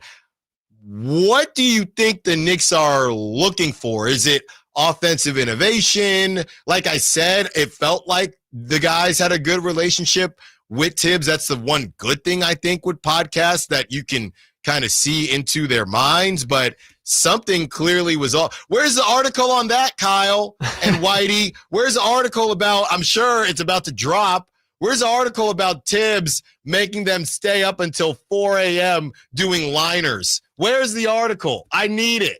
So let's just focus on the basketball part of it first. Because I'd love to. Because this is the thing. There could be a situation where they just said, we don't want Tibbs around, but it seemed like there's a little bit of a disconnect between what the New York Knicks front office envisioned for the team and the type of coach that Tibbs is, right? When has a Tom Thibodeau team ever been 25th in team defense? We can also start with that. Tibbs probably hated coaching this team this year, just because this is an anti-Tibbs team. Tibbs teams are supposed to be defensive-oriented and slower pace, and they just went away from all of that. So you think it was more of and this is the conversation that we've had, this is more of a Mike Malone, the voice may need to change. Real quick, because Shams just dropped this. The Knicks, this is from Shams, the Knicks are singularly focused on their pursuit of a championship and believe a new voice will serve as the focus for the organization's next step. Sources said after 5 seasons with the Knicks, Tom Thibodeau is out. I also just looked it up. So Leon Rose did hire him. This wasn't a situation where he, a Monty McNair, Luke Walton to Mike Brown situation, or Scott Perry to Doug Christie, or whatever you want to call it. So I just think Leon Rose, this feels more like a Leon Rose decision than anything else. And for those who don't know, Leon Rose, LeBron's former agent, runs the Knicks. This seems more like he made the call to go with a different coach than it was like they hated Tibbs and didn't want Tibbs around situation. But I'm just reading it from the basketball standpoint. There could totally be more information that we don't know about, kind of like it was with Michael Malone. So to pull it all back home, as always, the timing still stinks on what they decided to do with Mike Brown. But now we have, I don't know, maybe it's not done yet. I don't think anybody else, I don't think Chris Finch is going to get canned. So I think we're good here unless the Thunder or the Pacers fire whoever wins, or they could even win. No, this is where we're headed. If the players don't like you enough, we could actually win the whole thing and you could still get canned. There is one more. Well, honestly, I agree with that philosophy because the Bucks should have fired Budenholzer on the championship float parade that year instead of keeping him around. But there is one more still holding on that I don't think we talk about enough, which is Jason Kidd can just walk away from that whole Dallas thing at any point. Yeah. Honestly, Jason Kidd is one more Nico Harrison phone call away from just bailing on this whole thing. But that would be him leaving. Yeah, but there would still be a head coach opening. So I feel like I can see where this is going, maybe. Our buddy... No class, no balls. Oh. Landing in New York. Isn't that potato, though? Older guy? Because this is what I'm thinking, right? And Carlisle is interesting because he's a guy who... Life is about evolution. And some of these guys are evolving, some of these older coaches, and some coaches aren't. We just talked about it. And you have what happened with Mike Brown, older school coach, okay? Michael Malone, old school coach. Tom Thibodeau, old school coach.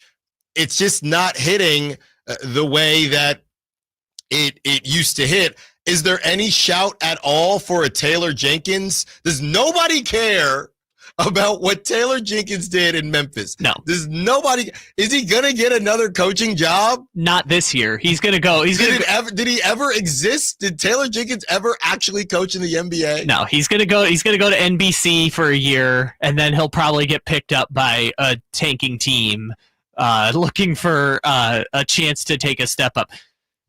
I would also point out that by old school coach, that's code word for jerk, is kind of what you're doing there. Because Tibbs no, hard-nosed, no nonsense. But Michael Malone, first of all, Michael Malone is 15 years younger than Tibbs. That's the gap between me and you, is the gap between Michael Malone and Tibbs. Yeah. But second of all, Michael Malone... It's not 15 years between me and you. It ain't 15. Continue. You don't know that. I do know that. Anyways, my point is Michael Malone was tolerating the nonsense from Westbrook. Michael Malone knows how to play these games. And honestly, I'm just making the point, he's the best you're going to get if you're the Knicks. Like, honestly, no coach is perfect. No coach is secure in the NBA. He's the best you're probably going to get at this point. But I feel like Michael Malone works with this group, which basically what I'm saying is Michael Malone can deal with Carl, and not a lot of coaches can deal with Carl. I don't know that he can. If he couldn't deal with Jokic and Jamal Murray. But he did for a decade. It didn't end well, but he wasn't who he was now when he first took that job. Yeah, because him and Jokic grew together, and him and his coaching staff grew together, which honestly is an even better assessment of Michael Malone being a good coach, is the fact that him and Jokic arrived at the same time and they built that thing up. And yes, it went down at the end, but how many coaches make it 10 years at their jobs in the NBA when you also acknowledge that he was beefing with the general manager the whole time? We have Ward on the SAC chat saying, Scott, get him on the phone. Ward, to do what? To do what, Ward? What is Scott Perry gonna get Tibbs on the phone for? Scott Perry hired him back in 2020. Yeah, but what now? To do what now? Can he be somebody that just kind of assesses things. Is the ink dry on Mike Woodson yet? Because Mike Woodson and Tibbs are the same age. That's what I'm saying, man. They made some quick swings. I'm just saying. And hey, whether it's going to work out or not, that all remains to be seen. But the Kings, as they typically do, they didn't let anything just marinate at all. No, but because they knew what they wanted, right? They had no open general manager search, no open coaching search, and are now filling the roster with our aforementioned the coaching roster of our snake draft of Scott Perry pick one, Doug Christie pick one, Scott Perry pick one, Doug Christie pick one. So I just don't think Tibbs would want that, and I don't think Tibbs needs that at this point in his life either. I think it's a mutually agreeable, we're good, guys. Well, I think at this point, Tibbs is just going to decide, do I even want to continue coaching? He's done television before. Yeah, and he probably will on some level. As far as he might help out, right, be an Alvin Gentry type to a team if he wants to do that and just kind of consult and go in that direction possibly. But I am sorry, there's nothing as far as the Kings are concerned. Well, and now Ward is saying, yeah, to do what Alvin Gentry is doing it. Well, we ain't moving Alvin. Real quick. Alvin's an untouchable to me. Real quick before we go to break, I forgot about this. Tom Thibodeau, 2021 Coach of the Year. You just can't win the Coach of the Year award. Wow. Because you're immediately going to get fired. Yeah. Tom Thibodeau now completes the list of like every Coach of the Year from 2013 to 2021 except Popovich got fired. Tom Thibodeau is out. Who will be in with the Knicks? Also, we get back to this Masai Ujiri story and why it worries me about the Kings. Allen Stiles, Sacktown Sports. Everyone has a fave Wendy's Frosty flavor. And when you're choosing from chocolate or vanilla, it's not that hard. But now there's all new Frosty Swirls and Frosty Fusions. So try picking your fave from Oreo Brownie Fusion, Pop-Tarts Strawberry Fusion, Strawberry Swirl, Brownie Batter Swirl, Caramel Swirl, and Caramel Crunch Fusion. Not so easy now, huh? For a fresh way to Frosty, gotta be Wendy's. Open till midnight or later. Participating U.S. Wendy's. Hours may vary by location. Oreo is a trademark of Mondelez International Group. Pop-Tarts is a trademark of Kellogg North America Co. LLC. Used with permission. Are you an oblivious person hogging the sidewalk like a large dying snail? Do people stuck behind you ask, how do you sleep at night? Then you should go to Mattress Firm. They have tons of quality beds at every price. So anyone, even people like you, can sleep. Get matched at Mattress Firm. Sleep at night. Restrictions apply. See store or website for details. I'm Ken Korak with your Green and Gold Report, brought to you by Comcast Business, powering possibilities. Well, when the A's broke their losing streak to finish the last homestand, it was a special day for Logan Davidson and Willie MacIver. Each guy got his first major league hit. And for MacIver, who grew up an A's fan, he drove in the go-ahead run in the bottom of the eighth inning and threw out the potential tying run to end the game. A storybook finish to a special afternoon. Comcast Business helps turn today's small businesses into engines of modern business. It's how restaurants become reliably up and running neighborhood favorites. It's how retailers become seamlessly restocking, cyber-securing must-visit shops. And it's how healthcare offices become data-managing caregivers that we all depend on. With reliable connectivity, enhanced cybersecurity, advanced fiber solutions, and Wi-Fi backup, Comcast Business is powering the engine of modern business. Bonneville International Radio Station contests are open to participants at least 18 years of age and older that are residents of California and who reside in one of the 6 counties that make up the Sacramento metro area, unless otherwise specified. Employees or agents of the station, Bonneville International Corporation, other area radio stations, or any entity associated with the contest are not eligible to win, unless the station otherwise specifies in its own discretion. Persons who have won in the last 30 days from a station contest or event may not be eligible. For a copy of the general contest rules, visit khdk.com. Finally, an easy way to find home improvement contractors. Just visit subcontractorsunited.com and simplify your search for home services professionals. From cabinets to windows, roofing to plumbing, Subcontractors United is an easy, simple way to find and hire a home improvement contractor. And you never have to give up personal information. So no harassing phone calls like you get from those other websites. SubcontractorsUnited.com is sponsored by D&D Cabinets and Savage Design. Come check out Capital Casino, Sacramento's #1 poker room with the most variety of table games in the region in a safe and friendly environment. Plenty of well-lit parking available, conveniently located in downtown Sacramento. And remember, Capital Casino has the best food, the best service, and the best action. 411 North 16th Street in downtown Sacramento. For more information, log on to capital-casino.com, and please gamble responsibly. 1-800-GAMBLER. Only one radio program captures the excitement of hunting and fishing as it happens. The award-winning California Sportsman with Seth Hendrickson. Only California Sportsman takes you where the action is, live on the water, live in the blind, and live with the top pros and experts in outdoor sports. California Sportsman with Fishing Hall of Famer Seth Hendrickson is your premier destination for all things outdoors. SEP Saturday Morning Outdoors. Ultimate Bass and California Sportsman, 5 a.m. to 8 a.m. Saturdays on Sacktown Sports 1140. KHD1 Sacramento, KYMX HD3 Sacramento. From the Power Business Technology Toshiba Studios. Sacramento's official home of the 49ers. San Francisco. Sacktown Sports 1140.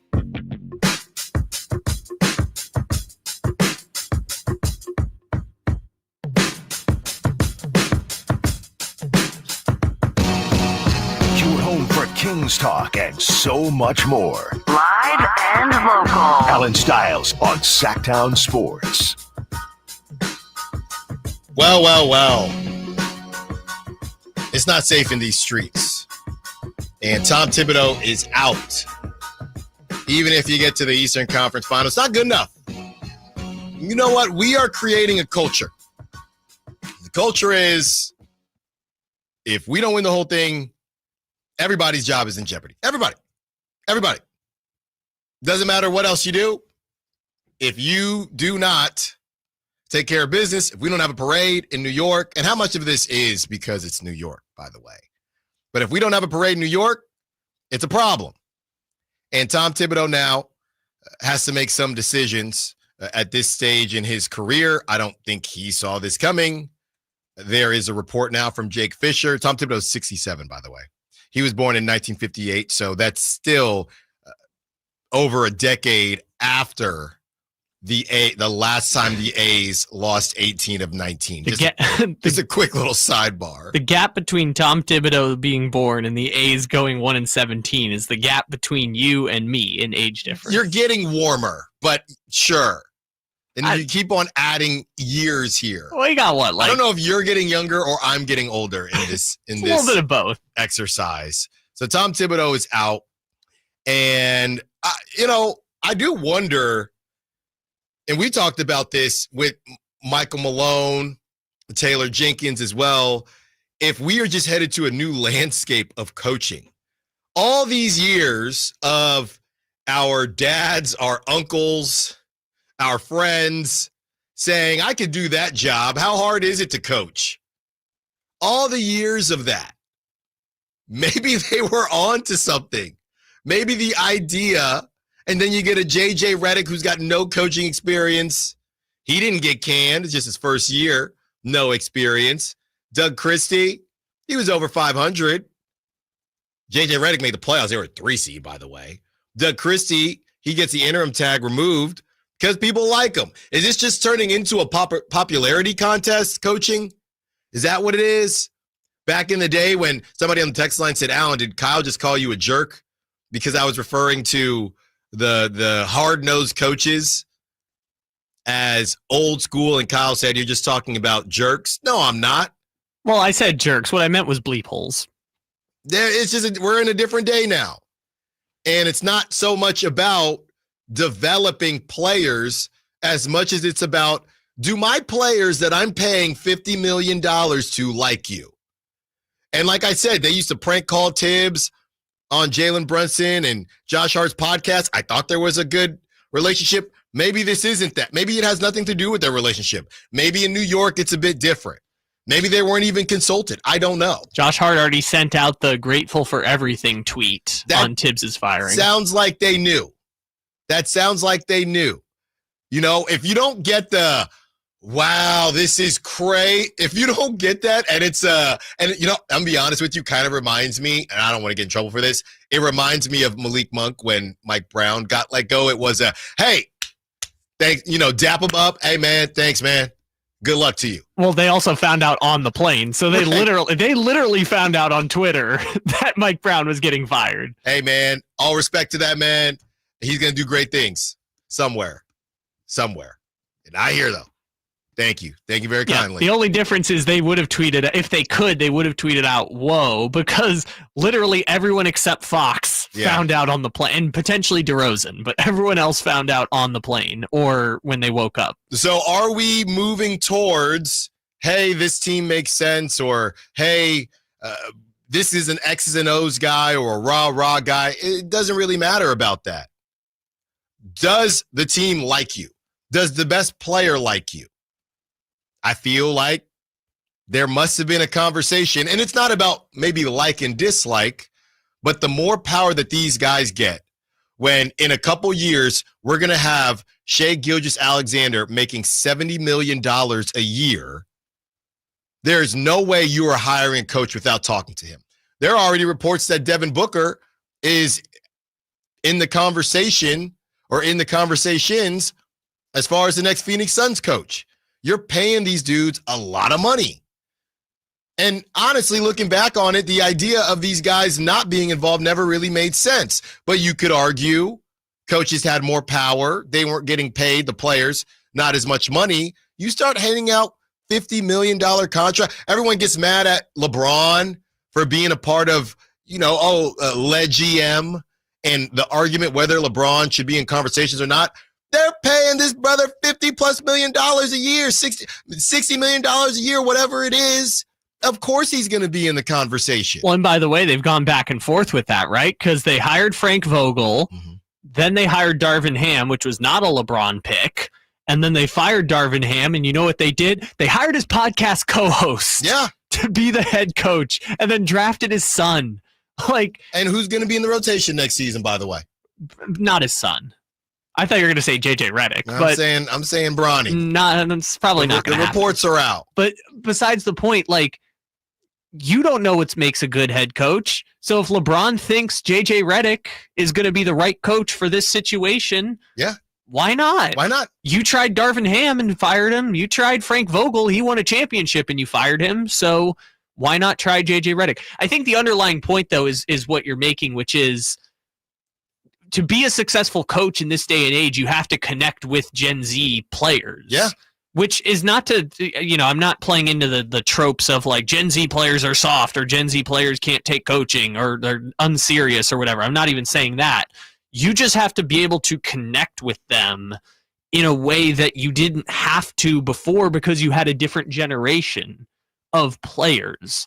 And now you're seeing Gen Z players not just in the league, they're the stars. Shai Gilgeous-Alexander's 26. Tyrese Halliburton's 25. You have a new generation of basketball stars, and by proxy, you're going to have a new generation of coaches, because if it was so easy to make that generational adjustment, more coaches would stay in the league until they were 60 or 70. You have to be able to connect with players in a way that is not the same as it was 10 years ago. And it's, again, it is not about age, okay? It's just about whether or not you can adapt. Rick Carlisle's 65 years old, but seems as if so far he's been able to adapt. The players on the Pacers, they speak glowingly of Rick Carlisle.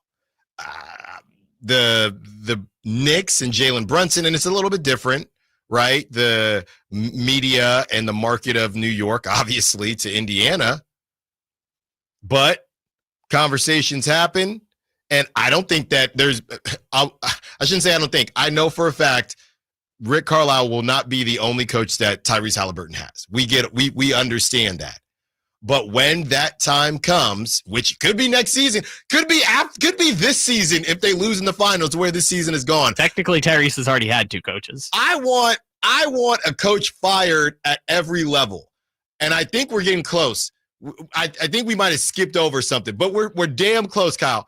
A coach fired for a team that didn't make the playoffs or didn't make the play-in. That's the Suns. A coach fired for a team that made the play-in but didn't make the playoffs. Kings. I guess that's the Kings, right? You could count them. It's a little bit wonky, but you could count them.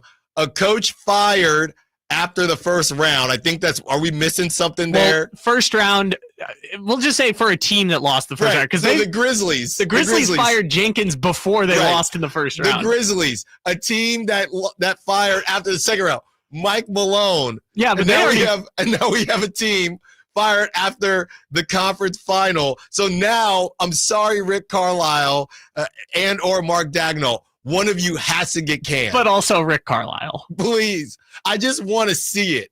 Every level, a coach has been canned to say it is not safe unless we win a championship. That's what we're dealing with. Even in the most strapped NBA with 18 aprons and the luxury tax, I'll tell you right now, damn it, if you don't win the whole thing and there's no parade, you're gonna get canned. Doesn't matter. I mean, how many coaches do you think could do what? I mean, Dagnall is a very good coach, and LeBron on the Mind the Game podcast had a really good breakdown of what Dagnall does. Or I can't remember if it was him or JJ. But how many coaches could do what Dagnall is doing right now? Probably like 15. I agree. But that's the Joe Mazzulla. Joe Mazzulla, he's on high alert next season. Oh, the brother might get canned. That dude's got no shot. Without he's cooked. He's cooked. No Jason Tatum. I don't care. Mazzulla's out of there. I promise you. Mazzulla. This is the other thing I want to see is Mazzulla's already so high strung. What's going to happen when the heat really starts when he's on the hot seat? Yeah. How high strung is Mazzulla about to be? That's going to be crazy. He is going to be the coach that won a championship, got canned, and just didn't get hired again. I disagree. I think someone just didn't get hired. Someone's going to take a chance on him. He's talking about UFC and MMA and punching people. I think I'm good. He's also really excited about the accountant part too. Yeah, I think I'm cool off that. Here are the accolades for Tom Thibodeau. The New York Knicks are relieving Tom Thibodeau of his duties as head coach. This is from Shams. Tom Thibodeau led the Knicks to their first East Finals in 25 years, made playoffs in 4 of 5 years, and led the Knicks to consecutive 50 or more win seasons for the first time since the 1990s. But it's not good enough. It's not good enough. Tommy, you got to get out of here. Tom Thibodeau is out. When we return, speaking of the front office and the decisions that they've had to make, Masai Ujiri has some tough decisions to make as far as who he wants to make available to get his guy, Giannis Antetokounmpo. We talk about his story and how incredible it is, but why it worries me about the Kings. Allen Stiles, Sacktown Sports. If you're 55 and up, T-Mobile has plans built just for you. 2 lines of unlimited for just $30 a line. That's a 45% savings compared to Verizon and AT&T. But don't just take our word for it. It's not just the savings that are great with our T-Mobile plan. There's all this value from all these other things that T-Mobile offers. T-Mobile has been such a savings for us. We love it. Switch today and get 2 free 5G phones like the Motorola Edge with Turbo Power charging that gives you power for the day in just 15 minutes. And customers 55 and up can get 2 lines of talk, text, and data for only $30 a line. Go to T-Mobile.com/55 to learn more. With 24 monthly bill credits and 2 new lines with autopay for well-qualified customers, plus taxes, fees, and $35 per line connection charge. Credits end and balance due if you pay off early or cancel. Contact us, plus $5 per line without autopay. Debit or bank account required. 45% off 2 lines versus AT&T Starter and Verizon Welcome. Plan benefits vary. See details at T-Mobile.com. Motorola Edge requires 68-watt charger. Chargers sold separately. Actual performance will vary based on usage and configuration. The following is a test of the emergency alert system. This is only a test.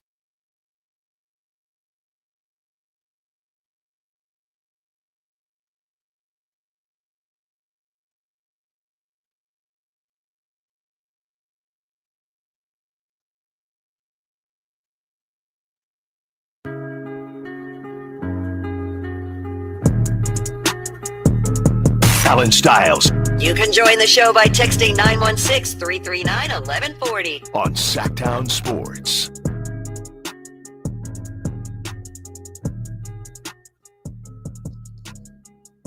Tom Thibodeau is out, the latest. So let's count him up again. Suns. Oh, I'm not counting the Spurs. We should not count. Spurs is, yes, a new coach, but nobody got fired. Succession plan. Yes, so we're not counting the Spurs. So the Kings, the Grizzlies, the Suns, the Nuggets, the Knicks. That's 5. Is that it? Yes, but even, I mean, the 6th would be the Spurs, but right. Even of those 5, 3 of them just hired the interim coach. So no new coach, right. And the only one is, well, right now there'll be 2 because there were no interim situations.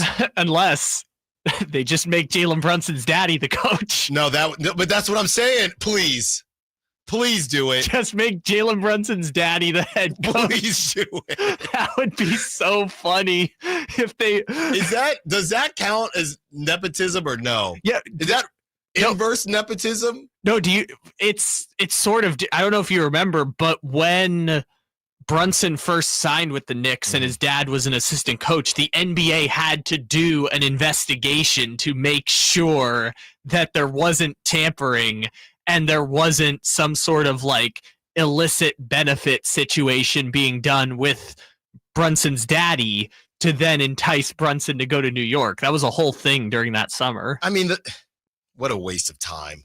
916-339-1140. Never a waste of time. JR wants to talk. Tibbs, what's up, JR? What you got for us?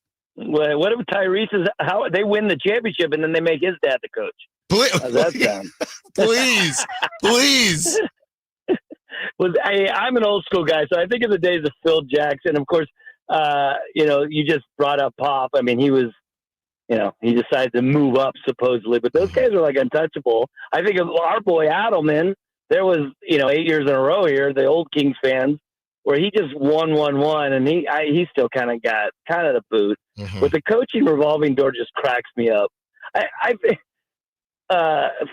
Malone in Denver, listen, they won the championship 2 years ago, first time in the history of the franchise. Mm-hmm.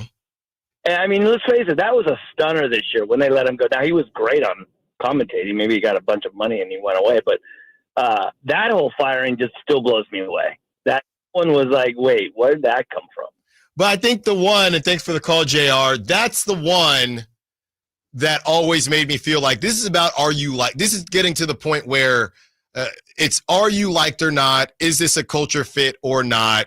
And I love talking about, I got buddies that are job searching. And I love talking about the kind of the workforce. And it's really tough right now to get a job. But one of the things when you're interviewing is you can have all of the right qualifications, but then you'll have a conversation about whether or not this is a culture fit. I've had people tell me that places where they've worked, right, they're introverts, right?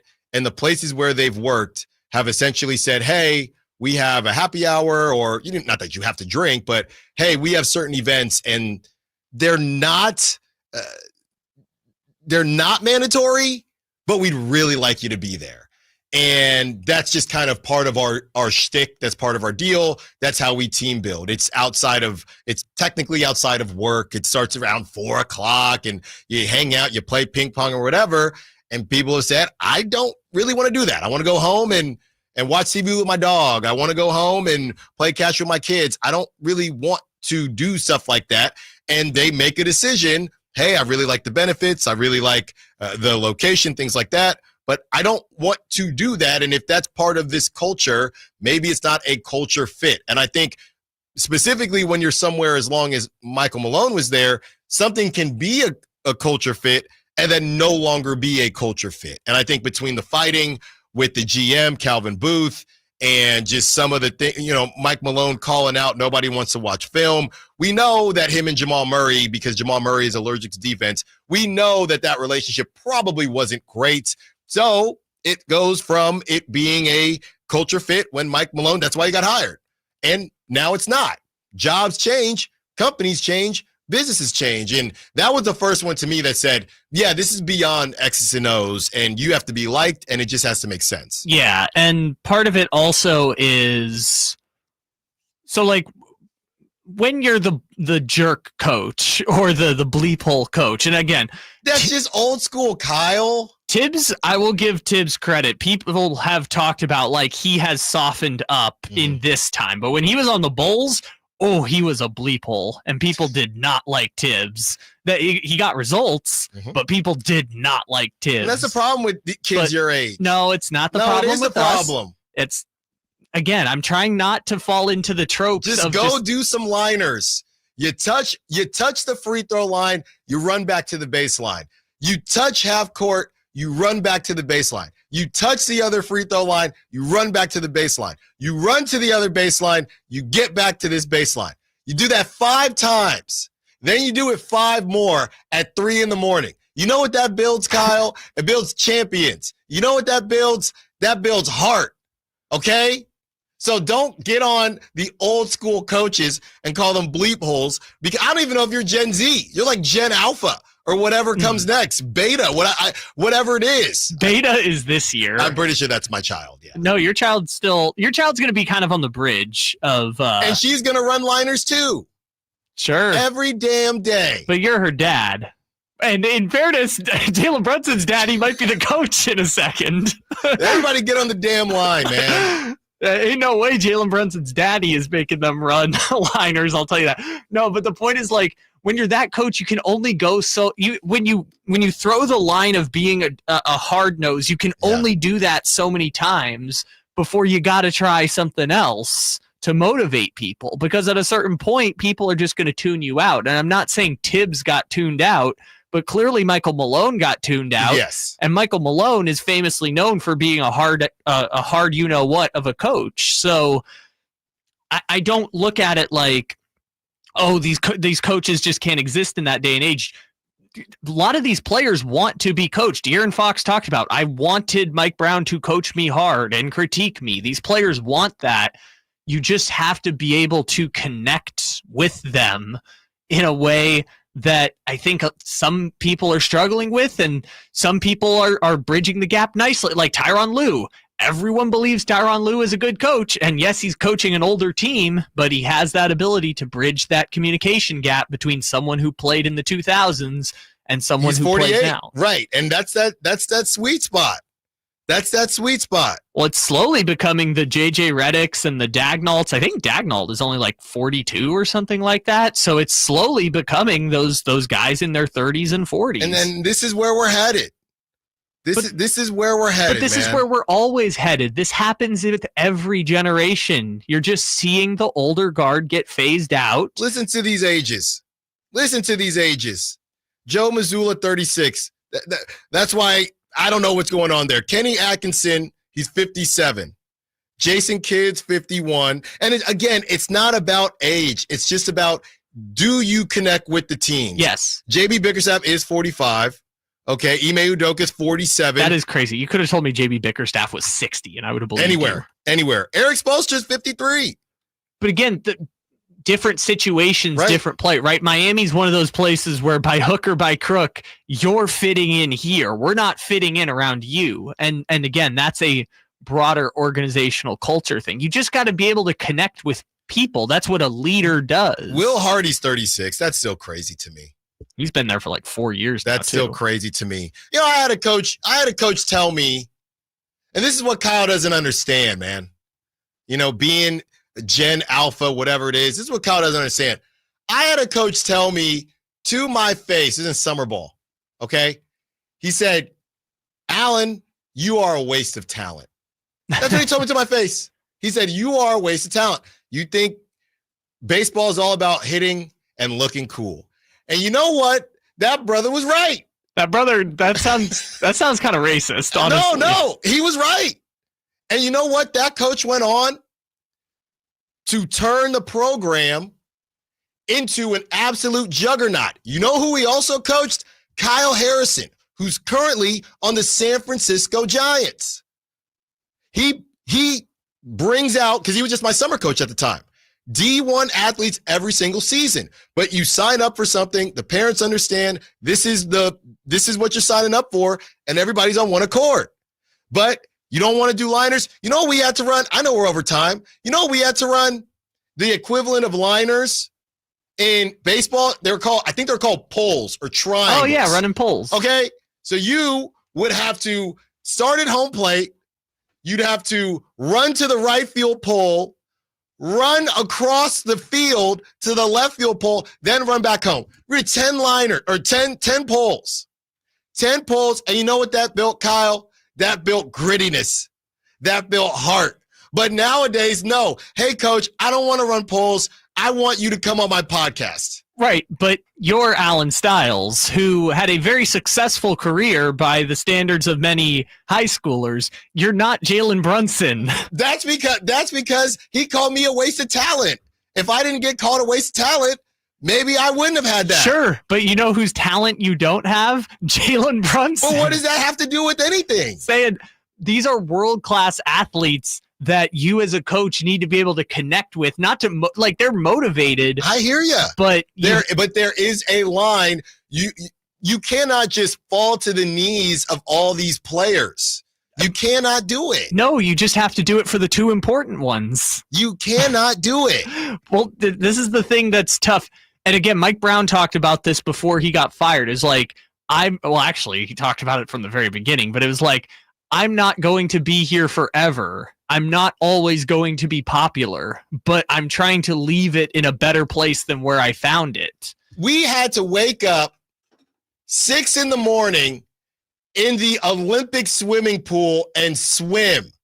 Why the hell am I swimming? I don't know, but it helped. I don't know how, but it did. No kids are swimming these days that are playing baseball. Go swim right now. Is it going to help? I don't know, but we did it. You're making the case for Tibbs. I'm making the case that we're getting to a point where let's just have player coaches. It's just AAU. It's just AAU for millions of dollars. Somebody's daddy's the coach. It's some former NBA player or a combination of both. Sure. But also the other part of it is you just got to be liked by your boss. Yeah. And that's no. I don't even know if is it bosses or is it the play? We're way over time. Way over time. There's debates about who is actually making the decisions in these organizations. That's what I'm saying. I'll just say this. All those roommate podcasts make me think probably wasn't Jalen Brunson who asked for this. I don't think so either. It's probably Leon Rose. And we will see how that works. Because I'll tell you this much, Jalen Brunson's daddy better not lose his job. Because hey, man, I want out now. You messing with my family now. All right. On the other side, we are getting to this Masai Ujiri story and why it worries me about the Kings. No more Kyle in this Gen whatever talk. Allen Stiles, Sacramento Sports. At SMUD, we power local business with incentives on clean energy equipment, tools to manage electricity usage and save money, tailored solutions from dedicated strategic account advisors, and 50% lower rates than neighboring utilities, all while doing more for the planet with clean energy solutions, savings, reliability, personalized service, clean energy, helping local businesses thrive. That's our clean power promise. Learn more at smud.org. The Giant Summer Sale is here. Get giant savings on our giant selection only at Folsom Lake Honda, your one-stop Honda shop. Looking to own or lease? Save during the Giant Summer Sale and drive a brand new Accord or Civic. Visit us today at FolsomLakeHonda.com, your one-stop Honda shop. As a family-owned and operated dealership since 2009, customer service is our #1 priority. Our customers love doing business with us, and you will too. Folsom Lake Honda. Go to FolsomLakeHonda.com. Your one-stop Honda shop. The Hagen Oaks Cutting Edge Putter Fitting Studio offers you more technology, more choices, and more service. Hagen Oaks wants to be your go-to total golf game fitter. With $30,000 worth of state-of-the-art technology ready for your fitting, Hagen Oaks will help you make your best putting stroke while finding the best putter design, shape, hosel, length, and loft for your game. Schedule your fitting at the Hagen Oaks Player Performance Studio by calling 916-808-2531. That's 808-2531 for more. If you need to hire, it seems like the whole process can be exhausting. You search resumes, wait for the right candidates to apply, set up initial interviews. It's a lot of time and work. Well, what if you could meet with qualified candidates for your job the very next day? Now you can with Zip Intro from ZipRecruiter. And right now, you can try it for free at ziprecruiter.com/free. Zip Intro is super easy to use. You simply pick a time, and it does all the work of finding and scheduling qualified candidates for you. Then you can choose who you want to talk to and meet with great people on back-to-back video calls as soon as the next day.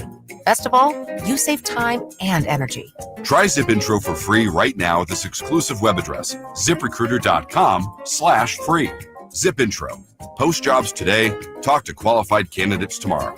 Once again, go to ziprecruiter.com/free to try it for free. That's ziprecruiter.com/free. Louis C.K. in an all-new show, Ridiculous 2025 Tour. When I was younger, you had to go in the bank. Remember that? You had to go inside the bank. Now you look in the bank, you're like, what are those people doing in there? Are they cleaning? The money's out here. Friday and Saturday, June 13th and 14th, 8 p.m., the venue at Thunder Valley. For tickets, visit thundervalleyresort.com. Louis C.K. live on stage. Hello, Sacramento. I'm Emran Pilati, owner of True Sports Cards and Collectible Store here in Rockland, California, and the host of the True Sports Cards Show that airs right here on Sacktown Sports 1140 every Saturday from 10 to 11 a.m., where we discuss the latest trends, hottest products, and deliver exclusive interviews with other industry leaders. And don't forget to visit our shop, True Sports Cards, at 6661 Stanford Ranch Road in Rockland and see what we have for all your sports card and memorabilia needs. Yeah. Yes, sir.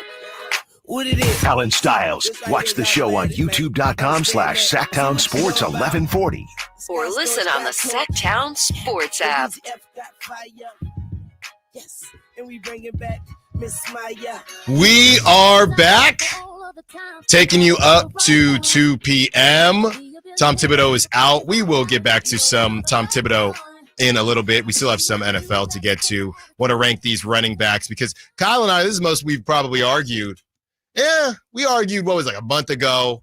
I can't even remember what it was about, but Kyle and I... Brian Metcalf really enjoyed that segment. Our engineer at the station said he enjoyed me fighting with you. I'm glad. And I think we're going to have some more of it when we discuss the running back conversation, which I just am very interested in what Christian McCaffrey has left, and it's a really, really huge season for him. I don't know about for the Niners, but for him specifically. So I've been teasing this. Because of that, these fights, I've been teasing this segment for feels like the last hour, and obviously the breaking news came out. We have sound from Shams we're going to get to as well on Tom Thibodeau, but I've been teasing this for a minute. And Masai Ujiri, who one of the great stories in the NBA, obviously kind of built what the Raptors have, and he's just that team that you kind of forget about, and then they just pop back up. And during the run with DeRozan and Kyle Lowry, you didn't forget about them, but, you know, they were not the Grizzlies, the Grindhouse Grizzlies, but they also didn't scare you because LeBron was still in the East. They make a move, they get Kawhi, and Kevin Durant goes down. They win a championship, okay? And Clay as well. They win a championship, and then they just go into hiding after Kawhi leaves. But they are reemerging now as far as the Giannis talks. And this is Doug Smith, what he had to say, Raptors insider, about the connection between Masai Ujiri and Giannis, that I don't know that a lot of people realize how deep this goes. Here's the quote. Not only was Ujiri enamored of then teenager's skills and promise, the Raptors executive was closely tied to the youngster. Antetokounmpo's parents had moved from Lagos, Nigeria to Athens in 1991. And while Antetokounmpo and three of his four brothers were in Greece, they did not automatically qualify for full Greek citizenship. Ujiri, one of the most fervent supporters of African basketball players there is, helped the process along through advice and connections, finally seeing Antetokounmpo get his Greek paper. So he would technically not be the Greek freak if not for Masai Ujiri. And I think that is an incredible story, and it kind of speaks to how close those two are, and that is a note into this whole Giannis and Toronto conversation.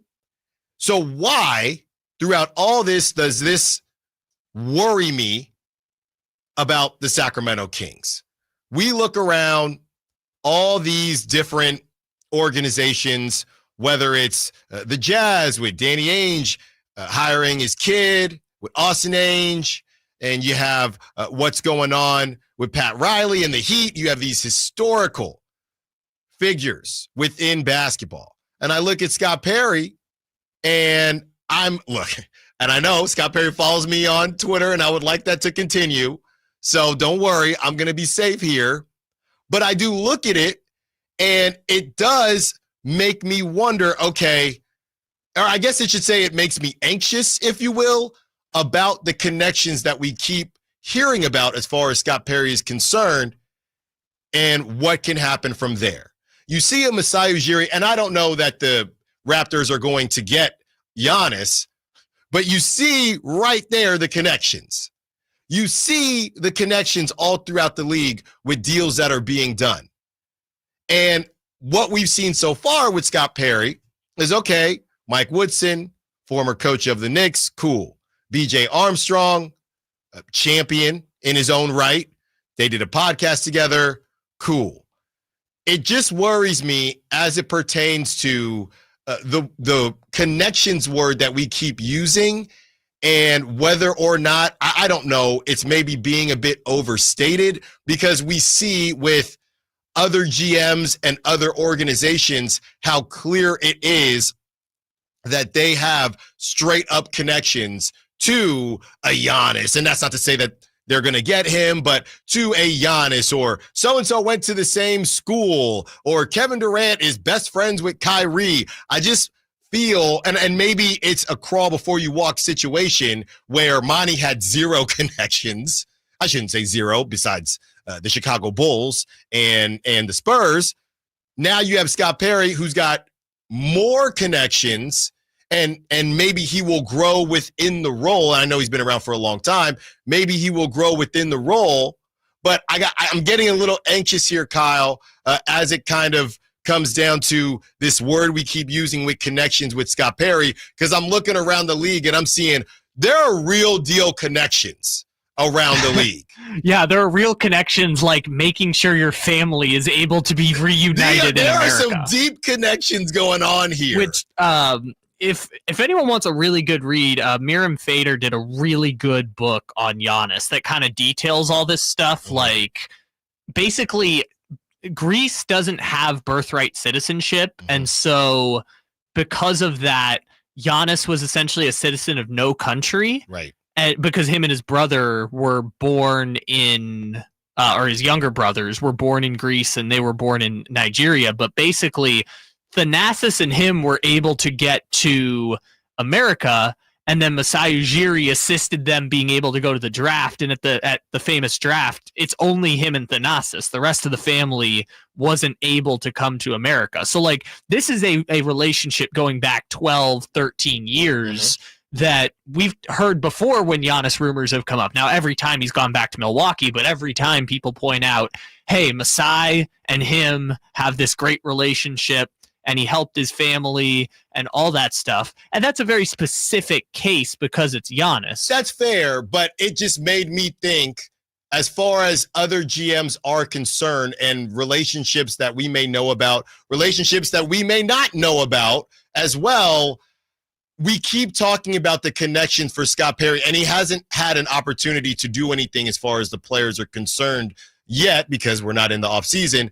But I'm just thinking, man, I really hope this isn't getting a little bit overblown, and he's going to be able to, deliver on a huge reason. A lot of people, like the Draymond Greens of the world and others, said that this was a home run. So I guess I'm just maybe being a worrywart, because I'm seeing in real time. We saw it happen before with Masai Ujiri. He already did this with Kawhi and his whole situation with Pascal Siakam. So I know he's a specific case. It's just making me think, if you were to rank GMs based on their connections throughout the league, I wonder where Scott Perry would fall. But I guess we're about to find out. Right, and connections are important, but I think, and I know people keep emphasizing it, it's kind of almost word association at times, and cool, he got Mike Miller to be an assistant coach. Yeah. Great. Like, we got Mike Woodson as an assistant coach. Great. Glad those connections are being put to work. But I think the more important thing is connections don't work without basketball acumen also, right? Masai Ujiri can have connections to Giannis all he wants, but he's also a two-time executive of the year who built not only the Nuggets in the aftermath of Carmelo Anthony's departure, but also the Toronto Raptors into a champion, because Fred VanVleet went from undrafted player to all-star, because Norman Powell was a second-round pick who they developed, because OG Anunoby was a late first-round pick who they were able to develop into what OG Anunoby became on that championship team, right? Pascal Siakam was the 27th pick in the draft and is now a Eastern Conference Finals MVP and champion. Like, there were steps along the way that that's what built the champion Raptors, not necessarily the connections. I think basketball acumen is more important than any connections. And maybe you hit it on the head when it comes to the conversations as far as the coaches. Maybe I'm a bit worried because I don't know how I feel about a Mike Woodson quite yet. When we were hearing the word connections, and then you see some of the guys become available, maybe part of that was me thinking, okay, Mike Woodson wasn't really outstanding at Indiana. It's not. When it comes to connections, I'm thinking multiple people want this guy, but we got him because of the connections. I don't know that anybody was knocking on Mike Woodson's door. Right, or Mike Miller. Or Mike Miller's door. Bobby Jackson, I think, but I think that's more a Doug Christie thing and just his connection to Sacramento than Scott Perry. Bobby wants to be here. Right, that too. On the other side, let's keep the conversation going, and let's talk about reality. And the reality is Devin Carter is going to have his first opportunity to go through a training camp, to be there at the start of the season. So what should we expect? Allen Stiles, Sacktown Sports. Staples presents That Was Easy. So we had a huge new business pitch. Attention, all hands on deck. When, boom, our only printer was fried. Up in smoke, like your chances of landing that account. Well, I just sent the file to Staples. Devin, the print associate, was on it. She had it printed and bound same day. So where's the drama? There wasn't any. Staples made it super easy. Inconceivable. For the product, services, and experts you need, Staples. That was easy. In-store, online, and on the app. This is the story of the one. As a safety manager at a manufacturing plant, he does everything he can to keep his coworkers safe. From finding ways to reduce risks to keeping safety supplies in stock. And for that, he relies on Grainger.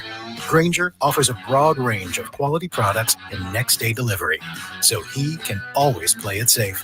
Call 1-800-GRAINGER, click Grainger.com, or just stop by. Grainger, for the ones who get it done. Allen Stiles here with your Sacktown Sports Injury Update, brought to you by Downtown LA Law Group. Jose Leclerc, right-handed pitcher out with that right lat strain, recently began playing catch, though the A's expect a long recovery process before he returns to action. Gio Urshela had an MRI which confirmed a left hamstring strain. He is sidelined from baseball activity for the time being with no timeline for a return yet. That was your Sacktown Sports Injury Update, brought to you by Downtown LA Law Group. Hey, I'm Allen Stiles. Have an injury? Call Downtown. Downtown LA Law Group, an injury law firm, has many happy clients in Sacramento and the surrounding areas who have called Downtown. Get paid for your injuries from slip and falls or auto accidents. One of their most recent settlements was $1.5 million for a motorcycle accident. Have you had an auto accident? Call Downtown. Text Injury Help to 40222. That's Injury Help to 40222 and visit them at calldowntown.com. Attention! If you owe money to the IRS, this is an urgent message. The IRS is cracking down by sending out collection letters, garnishing paychecks, seizing bank accounts, and putting liens on homes and businesses. They call it enforced compliance, and you better watch out because penalties and interest on unpaid taxes compound daily, making it even harder to get out of debt. Don't let tax debt destroy your life. You need to call Optima Tax Relief, America's #1 tax resolution firm. They're Our experts in taxpayer assistance programs that can save you thousands if you qualify. A-plus rated by the Better Business Bureau, Optima's resolved over $1 billion of tax debt for their clients. Let them fight on your behalf, helping to put your tax problems to rest. Call the tax professionals at Optima now for a free consultation. Call 800-343-6460. 800-343-6460. 800-343-6460. Optima Tax Relief. Some restrictions apply. For complete details, please visit OptimaTaxRelief.com. Hi, Sacramento. It's the No Surprise Guys at Bell Brothers Plumbing and Air Conditioning. Is your AC on the fritz? Call Bell Brothers. Looking to replace your old unit with a 0% financing and no payments for 12 months on approved credit? Call Bell Brothers. We're fast, reliable, and respect your time by showing up when we say we will. The price we quote is the price you pay. We are the No Surprise Guys. Call today to get a free estimate on a new HVAC system, or simply schedule your $87 AC Precision tune-up to keep your system running smoothly. With more technicians, more trucks, and more experience, we get the job done right the first time. No surprises. Our technicians are all background checked, drug tested, and will leave the work area cleaner than they found it. Don't wait. Call Bell Brothers today or book online at nosurpriseguys.com. That's nosurpriseguys.com. Want the best movie experience in town? Join Sacktown Sports IMAX Pass by visiting sacktownsports.com. Sign up today. You can win tickets to see this week's films at the Esquire IMAX Theater.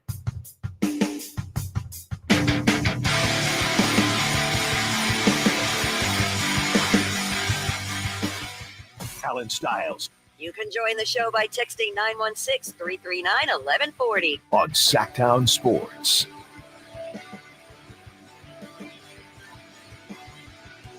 This morning, I woke up and Carmichael Dave and Jason Ross were talking about the future of the point guard position with the Sacramento Kings. They brought up, obviously, Keon Ellis and Malik Monk. They also brought up Devin Carter. Now, I am on record saying that I do not think Devin Carter is a point guard. That's not to say I don't think Devin Carter is going to be a really good player. I have a specific texter that every time I talk about Devin Carter, they say, you're hating on Devin Carter. You didn't want them to draft Devin Carter. I wasn't thinking about Devin Carter, to be fair. I didn't say to not draft Devin Carter because I didn't think they were going to draft another guard, to be fair. But we're here now. I do like what I see as a player. Do I like what I see as a point guard? No. But again, that's not me hating. Devin Carter essentially said himself that he likes playing off ball. He does not see himself as a point guard. So point guard or no point guard, combo guard, whatever you want to say, what should our expectations be for Devin Carter in year two? We've talked about leaps with Keegan Murray. We've talked about leaps with Keon Ellis. We've talked about leaps with guys that are already 30, okay?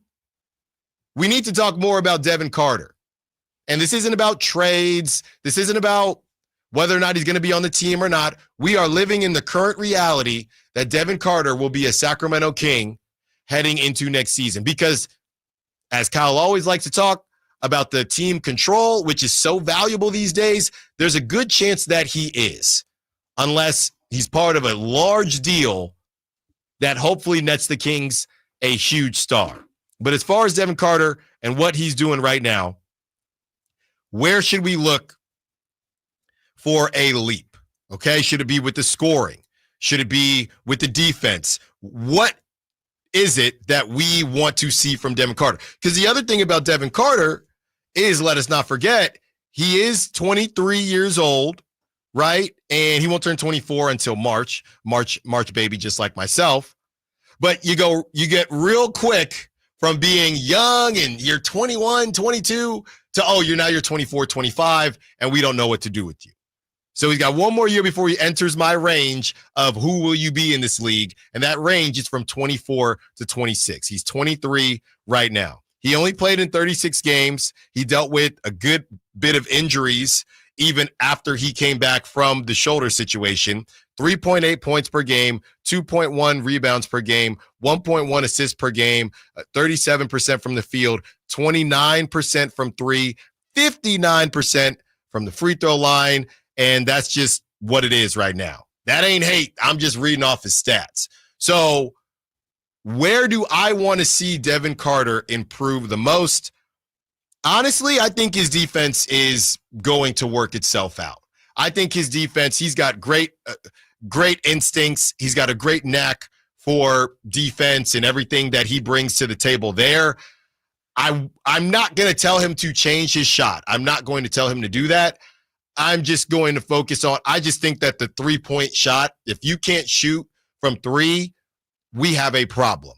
And I know he shot the ball well at Providence. You know, that three-point line is a little bit different, and it's just a different game in general. So to me, it's very simple.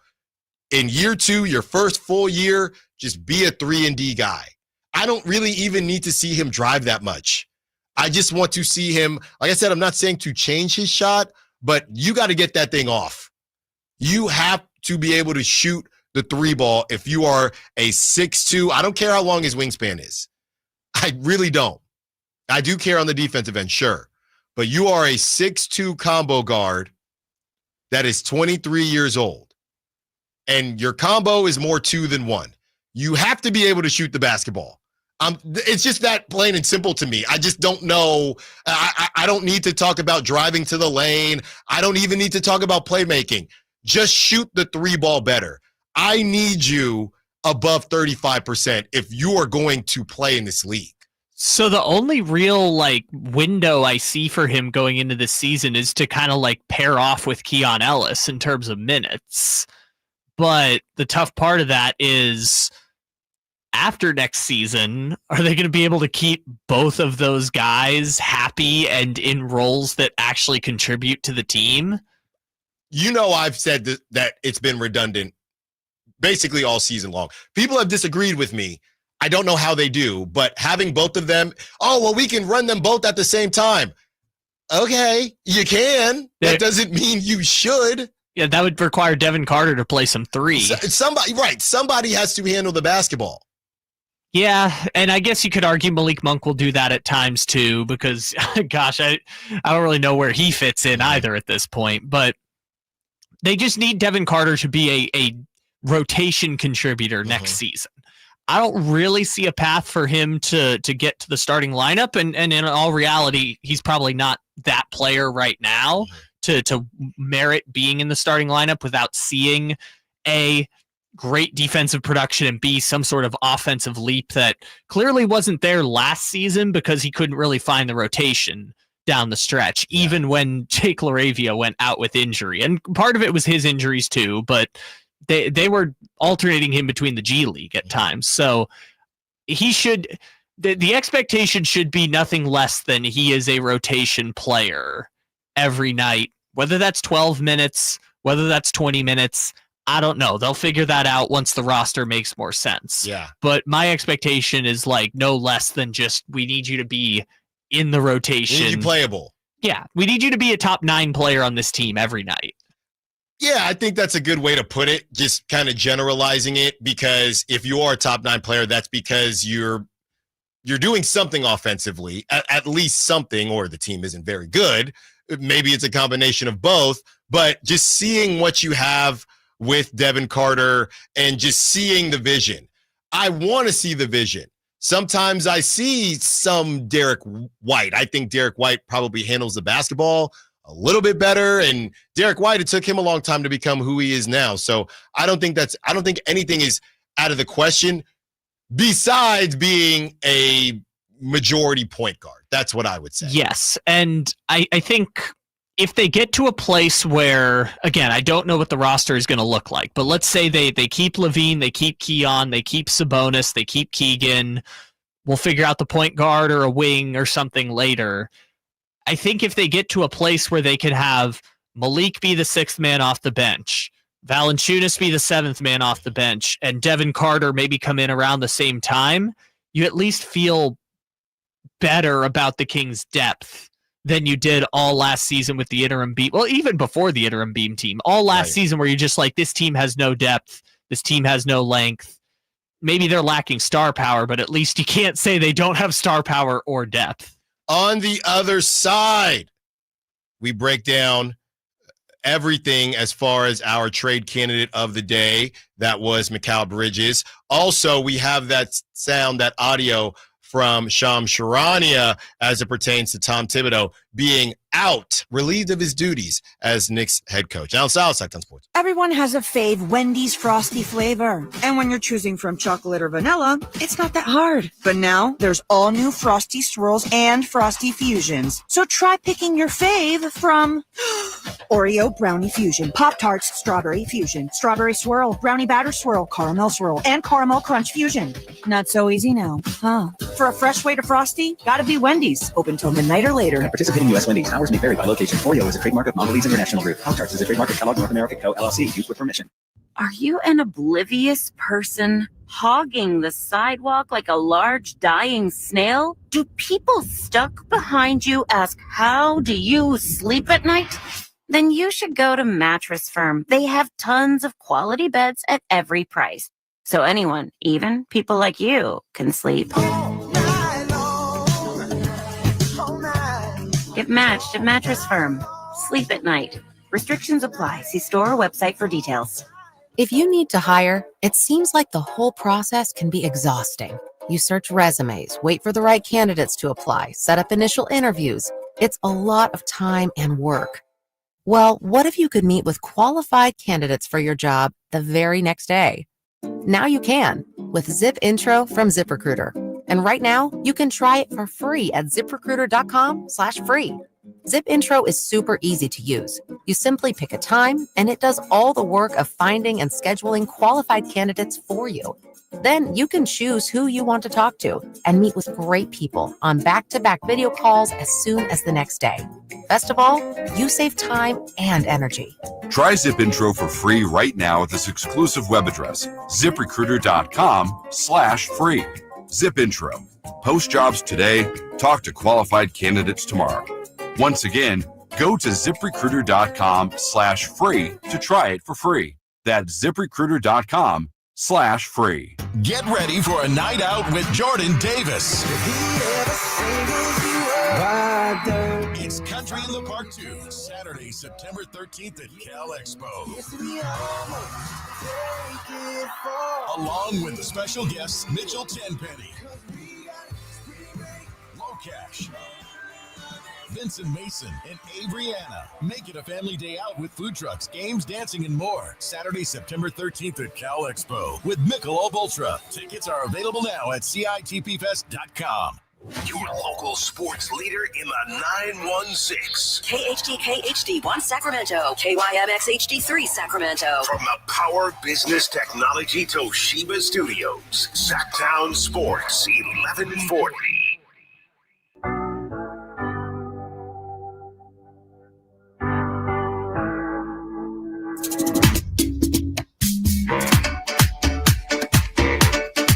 Live and local. It's Allen Stiles on Sacktown Sports. 1 hour left with you, hour 4, and a lot has happened within these 3 hours, okay? Tom Thibodeau has been fired. There has been a clash of the generations between millennials and Gen Zers or Gen Betas, whatever Kyle identifies as. Gen Z, come on. You're at the bottom of Gen Z. I'm the same age as Tyrese Halliburton. You're at the young end of Gen Z. So a lot has happened on this show, and it all kicked off with Kyle calling coaches like Tom Thibodeau jerks and bleep holes. And now, hold on now. What? I said in Tom Thibodeau's defense, people have said he's gotten better over the years. That's right. You got to evolve, and you got to run liners. And here is Shams on the relieving of his duties, which is what the Knicks did, and Tom Thibodeau no longer being the head coach of the Knicks. Here it is. Tom Thibodeau has been relieved of his duties as head coach of the New York Knicks. Sources tell me after 5 seasons as head coach of the Knicks, Tom Thibodeau is out. He led them to 4 playoff appearances in 5 years as head coach. They went to the Eastern Conference Finals for the first time in 25 years. They won back-to-back 50-plus win seasons for the first time since the 1990s. But I'm told the Knicks believe that they need a new voice. someone that can take them to the next step of the organization's future, which they hope is an NBA championship. This is a team that obviously has talent. Jalen Brunson, Karl-Anthony Towns, Mikal Bridges, OG Anunoby. They feel like they need a new voice, and that's what the decision was made today by Knicks ownership. James Dolan, Leon Rose informed Tom Thibodeau today that he has been let go as head coach. That was Shams Charania on the firing of Tom Thibodeau. And I do wonder now, it's almost as if teams make certain decisions, whether it be this is a player issue or this is a coaching issue. So now I wonder, because of the conversation and because of the decision to move on from a Tom Thibodeau and everything that he brought to the table, does this mean that they're not moving Karl-Anthony Towns? Does this mean that they thought the issue was more so about the coaching than the personnel? Do they think that a different coach can get more out of Karl-Anthony Towns defensively? Do they think that a different coach can get more out of Mikal Bridges defensively? Does this now mean, as Mikal Bridges was our trade target or is our trade target of the day, does this mean that now the Knicks have made the decision, hey, this isn't really about the players. We don't know that there's an issue as far as the players are concerned. This is more so about, we don't think that they were getting exactly what they needed from a coaching standpoint. So we're going to rock with essentially the same roster and see if a different voice can shake things up. Or we'll go get Kevin Durant if we can go get Kevin Durant.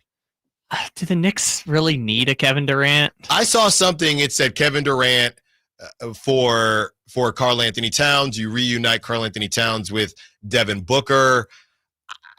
I feel like that's too, I'm going to be honest with you. I know that Karl-Anthony Towns might be viewed as a bit overpaid.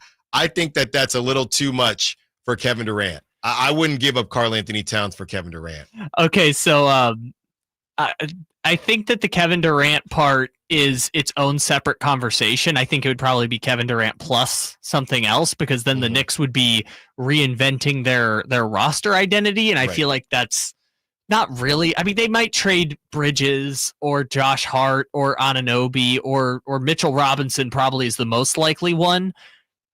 I think they're probably stuck with Brunson and Karl, and I think firing Thibodeau probably reaffirms the fact that they're committed to the Nova Knicks plus Karl probably as the roster. I could be wrong. I just think Leon Rose already made the big roster moves. They were 2 games away from the finals this year, and now they feel like they need a different voice. At the same time, your buddy, Nick Bavada or Mike Bavada, came out with odds for the next Knicks coach. Oh my goodness. I need to hear. I have not seen this, so now I'm excited. First of all, Michael Malone not listed at all anywhere on the odds list. Hell no. Hell no. Interesting. Hell no. Which makes me think, what does Nick Bavada know? You know? Yeah. You don't put it on the list if you know it's going to happen. Anyways, number 1 is Johnny Bryant, who is the finalist for the Suns job, who was originally an assistant under Tibbs, I think, is the connection. Wow. I think that was the deal. I don't remember exactly what it was, but Johnny Bryant is the favorite, plus 240. Number 2 is Kenny Atkinson, current coach of the Cavs. What in the world? Yeah, current coach of the Cavs, and coach of the year, would leave the Cavs to go to the Knicks. That is so annoying. That is why I loved watching the Knicks lose. Stuff like that is why I loved watching. Go New York. Stop it. Oh, you're going to like this next one. At plus 950 is Patrick Ewing. This is insane. And are you going most likely to happen? So you're the higher you get, the more likely it is. Yes. Again, Nick Bavada just found out Tibbs got fired an hour ago. They're just making stuff up. Hey. Patrick Ewing plus 950, Sam Cassell plus 950, Mike Budenholzer plus 950, at plus 1400, Jay Wright, former coach of Villanova. All right. That would actually be funny, though. That would be great. there's Mike D'Antoni and Becky Hammon, and my two personal favorites at the bottom. Plus 2,500, Jeff Van Gundy returns to the Knicks. And my personal favorite at plus 6,000, the longest odds on the list, Stephen A. Smith to be the next Knicks coach. All right, man. See, this is this Bovada thing has gone too far. So no Mike Brown. Mike Brown is not listed on here. This is disrespectful. But Becky Hammon and Jerry Stackhouse are. Yesterday when we were talking about DeMontis Sabonis and those Raptors odds, somebody responded to my tweet on X, and they said that Bovada actually has odds of the NBA Finals ending due to alien invasion. And I can neither confirm nor deny that. But Stephen A. Smith, what are we talking about here? Stephen A. Smith plus 6,000. Also, I think that one was based on the fact that the Centel account put out a joke that was like, Knicks are planning to interview Stephen A. Smith as their next head coach. We don't judge on this show, but this is what we've been talking about. If you are placing money on Stephen A. Smith or really any of this Bovada nonsense, I'm not going to tell you to call the number. I'm just going to say, just give that money to a nice charity in your area. Well, I would say what is I'm not going to say worse. I don't want to judge people, even though, what is more asinine in your mind? Is it spending money to potentially wager on an overseas sports book for Stephen A. Smith to be the head coach of the New York Knicks, or casting your actual vote for Stephen A. Smith to be president, which is what apparently multiple people would do if presented the choice? The second one is just exercising your right to vote. So I'd say the first one is worse. That's okay. I'm not saying I would agree or disagree with you. I'm just saying which one I think is worse. Look, the voting is free.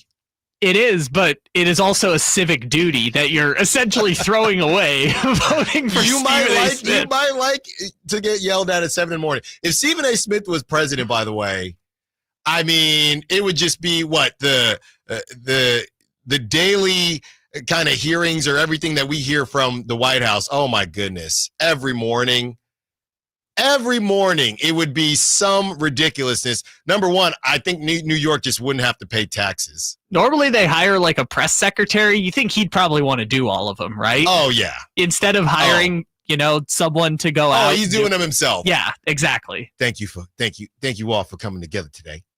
I just wanted to say, go New York, I couldn't do it, but I would still have more love for people that did that than bet on him to be the next Knicks head coach. And to be fair, there is a better chance that Stephen A. Smith is the next president than the next Knicks head coach. I will say Bovada has carved out a very good lane because you talk about them more than you talk about like the San Francisco 49ers. But I will also say whoever came up with this one was a little lazy because they're just making stuff up. No, you don't know that. You don't know that. But they didn't know Tibbs was going to get fired, and then 30 minutes later, they've got this list. I will say, leaving Michael Malone completely off the list and putting Stephen A. Smith, I know that one was a joke, but they got to do better. I want to hold Jerry Bovada to higher standards here. We need better lists next time. Irv on the SAC chat says, what are the odds for Allen Stiles to become the Kings' next head coach? Well, Irv, if you know anything about the history of the midday show, it ain't as far off. I got better odds than Stephen A. Smith with the Knicks. Yeah, literally that chair that Allen Stiles is sitting next to is the chair that the current Sacramento Kings head coach was sitting in 4 years ago. So give it 4 years and Allen Stiles might have a shot at being the next head coach of the Sacramento Kings. Look, De La Salle, we ran the Princeton. I'm bringing back the Princeton offense. Okay, you pass the ball, you cut through. You pass the ball, you cut through. And I'd have them doing liners again. And swimming in the pool. At 6 a.m. All right? We have a little putting green in the corner of the room here that Dave's talking about. You know who brought that in?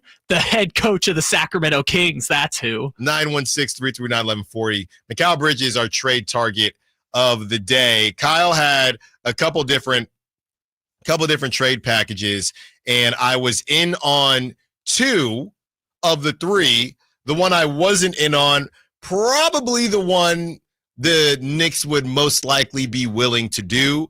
The first trade, Kings receive Mikal Bridges. The Knicks receive DeMar DeRozan, a 2026 first-round pick. And if Mikal decided to sign that extension in connection with the deal, the Kings would give another first-round pick. The second deal, Malik and Devin Carter, okay, and that first-round pick, and the same idea that the Knicks would get another first-round pick if Bridges signs that extension. I thought that was too rich for my blood. I just think that that's essentially 3 first-rounders if you're including Devin Carter. And I don't know that Malik Monk versus DeMar DeRozan. Let's not forget, Malik Monk, the word was that he left a lot of money on the table. I don't know how true that is, but that was what the thought process was. So if you look at the gap between what Malik is making and what DeMar is making, and then you look at the idea that Malik maybe took a price, a reduced price, a hometown discount, if you will, then it really wasn't that far off. So I think that's a little bit too much, but I do think that the Knicks would do that deal. And the last deal, 3-team trade with the Lakers involved. Yuck. Mikal Bridges, Maxi Kleber, and Ariel Hook-Porty going to the Kings. What are the Kings giving up? Essentially the same thing as deal number 1, DeMar DeRozan, and that first-round pick and another pick if Mikal signs that extension. The Knicks would get Austin Reeves, my guy, Rui Hachimura, not my guy, Jared Vanderbilt, and the Kings first. The Lakers would get DeMar. He'd really be coming home now. Mitchell Robinson, and the most underrated player on the Knicks, Deuce McBride, who they really like. Well, first of all, the most underrated player on the Knicks is Tyler Kolek. But Deuce McBride is getting close to that point where he's so underrated that he's not underrated anymore. He's getting close, and we did overrated, underrated, properly rated with the quarterbacks yesterday. I think Deuce McBride is there, but I think it's one of those things where you would just call the Knicks bluff, where, okay, let's talk trades. And once the Knicks try to say some ridiculous package, it'll be very clear that they don't like him as much as they're trying to lead on. He's a fine player. That's all I'm going to say. He is a fine bench player who was also the only person Tibbs trusted coming off the bench. It was him and Mitchell Robinson, but he also would never play Mitchell Robinson and Cat at the same time. And Landry Shamet. 916-339-1140. Let's get to TC, who wants to be a part of the conversation. What's up, TC? What you got for us? Hey, you know what, bro? Y'all got me? We got you. All right, so listen, I got a trade, bro, with the Portland Trailblazers. Let's run this, though. I've been thinking about it. So let's do a Scoot Henderson and Jeremy Grant for a Zach LaVine. Either one. You can pick or choose either Zach LaVine or DeMar DeRozan. Either one works. No picks. We don't need no extra anything, bro. We're just doing a 2-for-1. But why would Portland do that? Why wouldn't they? Jeremy Grant and Scoot for Zach LaVine? I think they're trying to get younger, though. Yeah, they would not do that. I think they would try to get. I think they're not giving up on Scoot yet. But listen, why ain't they trading Simons then? The boy Anthony. That's Scoot. You get me? Because I'm like, I don't think they really believe in Scoot. Otherwise, they would have got rid of the boy Simons already. That's why I say give me Jeremy and Scoot for Zach. We might even throw in the first, bro, just to make it that much more juicier. Thanks for the call, TC. Oh man, that ain't oh happening. Man, we got to be honest. I feel like we have to be even with everyone because we've been talking about coaching a lot today, and you can't play favorites with coaching. And I feel like sometimes I play favorites with the callers, and I'll be nicer to certain callers than others. So I'm gonna break through that in honor of Tibbs and jerk coaches, like Kyle says. And I call them hard-nosed coaches. TC, that ain't it, brother. TC, that's not it. Portland ain't doing that. First of all, they haven't moved Anthony Simons yet because they can't move Anthony Simons yet. Anthony Simons, we'll see. If he gets through this offseason, I got you. but I don't know that he will. Let me first start by saying this. I'm doing that deal if I'm the Kings. I'm doing that deal tomorrow if I'm the Kings. I just don't know why the Blazers would do that deal. So TC, you got to, like I said, you got to run some liners. You got to get in the pool, and you come back tomorrow with a better trade. After you hop in the pool, let's remind, while you're swimming in the pool, just think about the fact that Scoot Henderson just turned 21. He just turned 21 years old. He totally could still be a good player in the NBA, even though he's only 6 foot tall. If Scoot Henderson doesn't start this next season, then I'm starting to wonder, what are we doing here? But I see TC's vision. I think we're a year away from that. And I don't think that the Blazers want a Zach LaVine. If anything, they're trying to get rid of guys that are over 27, right? That's what they have to do. So I'm doing the deal, TC. If I'm the Kings, I just do not know why the Blazers would do that deal. That's my issue with it. All right. That's my only issue with it. When we return, all the talk that we've had about that dude in the Bay Area, another 22-year-old, after all the talk that we've had, it turns out that he might be staying put. Allen Stiles, Sactown Sports. This message comes from Viking, committed to exploring the world in comfort. Journey through the heart of Europe on an elegant Viking longship with thoughtful service, destination-focused dining, and cultural enrichment on board and on shore. With small ships that bring travelers closer to the destination, there's more time to explore. And every Viking voyage is all-inclusive, with no children and no casinos. Discover more at Viking.com.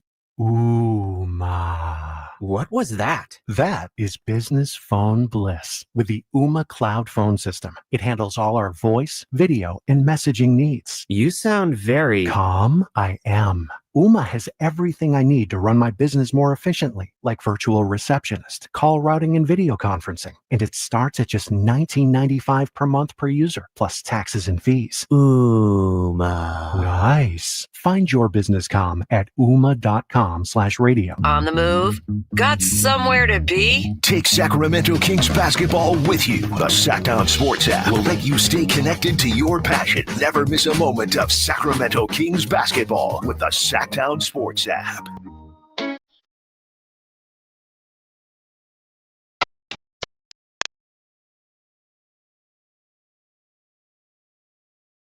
Allen Stiles. Watch the show on youtube.com/Sactown Sports 1140.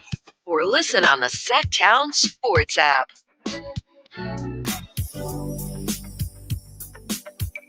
Taking you up to 2 p.m. I'm just going to get through some of these texts here. By the way, little sister is listening right now. I told her I would shout her out. Happy birthday to Felicia, my little sister, Felicia Stiles.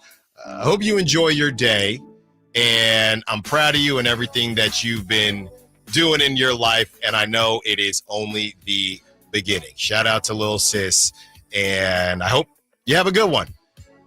As we get back to these texts, and we're just having some fun here, TC TC, you're going to have to come with it. The text line is saying that you need to come with it tomorrow, okay? We believe in you. We believe in you, all right? Do a few laps. Yeah. You got, like we said, we got to run some liners. Then, when I was at Kenyatta out there in Redwood City, there was a big hill. And when you lost a game, okay, and somebody on the Sac Chat said, is Allen still talking about his back in my day stories? Hell yeah! And I had taken a break, but now we're back. You had to run hills, and this is not a small hill. You had to run hills based on how many runs you lost by. So we lost 5-6. You run one hill. You get whooped. And like Dan Favale said, you get trucked like how the A's have been getting. If the A's were the Kenyatta College baseball team, they would have the thickest tree trunks for legs in the league from all the hills they'd be running. Man, 15 hills a night. 15 hills a night. Let's see, Kyle. Let's go through 6 yesterday. Okay, so yesterday they lost by 6. So you got 6 hills either before or after practice. That's your choice. On Sunday, you would have 4 hills. Day before that, 1 hill. Day before that, 4 hills. Yeah. Day before that, 12 hills. I'll make your life easy. So during the 1-17 stretch, the Athletics would have to run 88 hills. And you know what? They probably would have been better for it. They probably don't lose the most games since 1943 if they were running some damn hills. When Casablanca was the best picture at the Oscars. That's where I'm at with it. Okay? Where are the Warriors at with Jonathan Kuminga? This is from Anthony Slater, and we've spent so much time talking about Kuminga. I'm not saying it's all for naught, but this is interesting. This is what Slater had to say. Of the Athletic, team sources have been hinting that because of these market and financial restrictions, there's likely a world where the most obvious and prudent path is for them to bring Kuminga back and figure the rest out later. Isn't that crazy, though? Like, to figure the rest out later is a crazy thing to just table for later. I don't know how. Does that mean trade deadline? I don't know. Well, it has to be, because if you sign a contract extension, you can't be traded until December 15th. No. I know that. I'm saying it's either is that the not that whether or not that's the earliest. I'm saying, is that even a conversation? I don't know. I just think this whole relationship should just end. But again, financially, Kuminga might get screwed out of the market because no one wants to pay $20 million and trade a $20 million player to go get Jonathan Kuminga. So maybe Kuminga just says, I'm going to spite you and just go take less money to go somewhere else. I don't think he will. I don't think he will. But that's kind of the rough situation. Well, and wasn't Steve Kerr talking like, oh, next year when he gets back, we're going to do X, Y, and Z? Yeah, stuff? He said that he would give Butler and Kuminga more of a runway. We've talked about Kuminga on the Kings, and I've said before, and I'll say it again, I really like Jonathan Kuminga coming to the Kings. I just don't know that Domantas Sabonis would like it. I don't know why Domantas Sabonis would like it. I really don't. What does a raw 22-year-old, how is that going to help us get to the playoffs? You're going to try to give him runway, and you're going to get that runway. Cool. But how does that help me get to the playoffs in the West? I think okay, here's a good question. Swap out DeMar DeRozan for Jonathan Kuminga right now. No drama, no numbers be damned. Who cares, right? Sure. Going into next season, give me Jonathan Kuminga and everybody's boy, Dennis Schroeder. Are they better than just DeRozan? Yes. I think they're about the same. Because I think DeMar DeRozan is a better player right now than Jonathan Kuminga. Now, I also think Jonathan Kuminga is a better player right now than Malik Monk. The only thing that you would be banking on, because you still have Domantas Sabonis for 3 years, now you're essentially taking a gamble. And again, we're just playing the game. That's not to say that the Warriors would even want DeRozan or that he's on the Warriors. Just hang with me. Now you're taking essentially 2 gambles, and it would basically be, again, this is a unofficial gap year, and we're hoping that Jonathan Kuminga, with the runway that we're going to give him, is going to take a leap after this coming season because he's just going to be playing all the time. And then next season, we will have a supercharged, post-leaped Keegan Murray and supercharged post-leap Jonathan Kuminga, and that's just a gamble. Well, I would also make the point that unless one of those guys is going to be a number 2, then it doesn't really make your ceiling higher because both players are going to be making a combined $50 million after next season because Keegan's extension obviously doesn't start until 2026. So even if both of them hit, unless one of them is going to be a go-to guy down the stretch, you're still you have length, but you're still lacking a true number one. And maybe that's the time you go cash in all your draft picks for a point guard. I don't know, but they would have still more questions to answer even if Kuminga becomes a 20-point per game number 3 scoring option who can defend at the 3, and Keegan becomes a number 4 scoring option, 16-point per game elite defender at the 4. They still would then have to go get a true number 1 option after that. When we return, Mike D'Antoni with some crazy things to say about Shaq and the three-point explosion. Also, we hear from Bob Melvin with the Giants struggling to score runs along with the A's. Allen Stiles, Sacktown Sports. Golf to Go is brought to you by the Hagen Oaks Golf Super Shop. Here's Frank LaRosa. According to Bogey Jones in the Daily Divot, golf is the best sport ever, and they provide a few reasons why. Some include no two courses are the same, so you'll never get bored. Some are wicked long, others have super thick rough, and others have fast greens. Enjoy the variety. You can make the game competitive with anyone. With other sports, bigger, stronger, younger opponents may have an edge. In golf, different tees and a formal handicap system makes it competitive, even if you're a 30 handicap. Golf can't be conquered. One day you can't miss a shot, the next day you want to throw all your clubs into the lake. The unpredictability is fascinating, and age is just a number. You can play when you're 70 years old. In fact, some don't take up the game until later in life, but don't wait that long. And you'll meet amazing people, celebrities, athletes, successful CEOs. You never know who you'll meet on a golf course. And oh yeah, it's a game. So have some fun. That's your Golf to Go. I'm Frank LaRosa.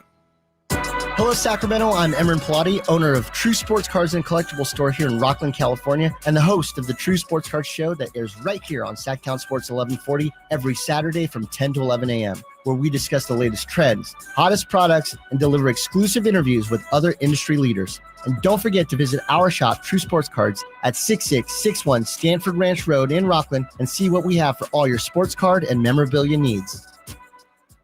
Hey, it's Carmichael Dave here for American Energy, and oh my goodness, I'm born and raised here. I know it gets hot, but my goodness, we're already seeing 100-degree days. Listen to me. You do not want your system to conk out in the middle of June or July or August with one of those big 100-degree stretches. You want to make sure you're good all summer long. And my friends at American Energy Heating and Air can do that with a $24.50 tune-up right now. That's half price. And if you need a new system, $3,500 off, up to $3,500 off in rebates for qualified systems. They've been around since 1981, serving the greater Sacramento area. A+ with the Better Business Bureau. Call them right now, 916-520-9990. That's 916-520-9990. Jingle Singers, take it away. Call 916-520-9990 now.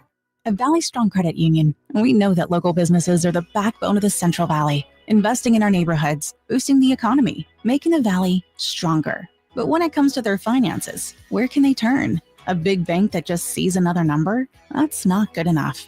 Valley businesses deserve Valley support for payroll, credit, cash flow, and everything in between. Valley Business is Valley Strong. Learn how our cash management services can support your business at valleystrong.com.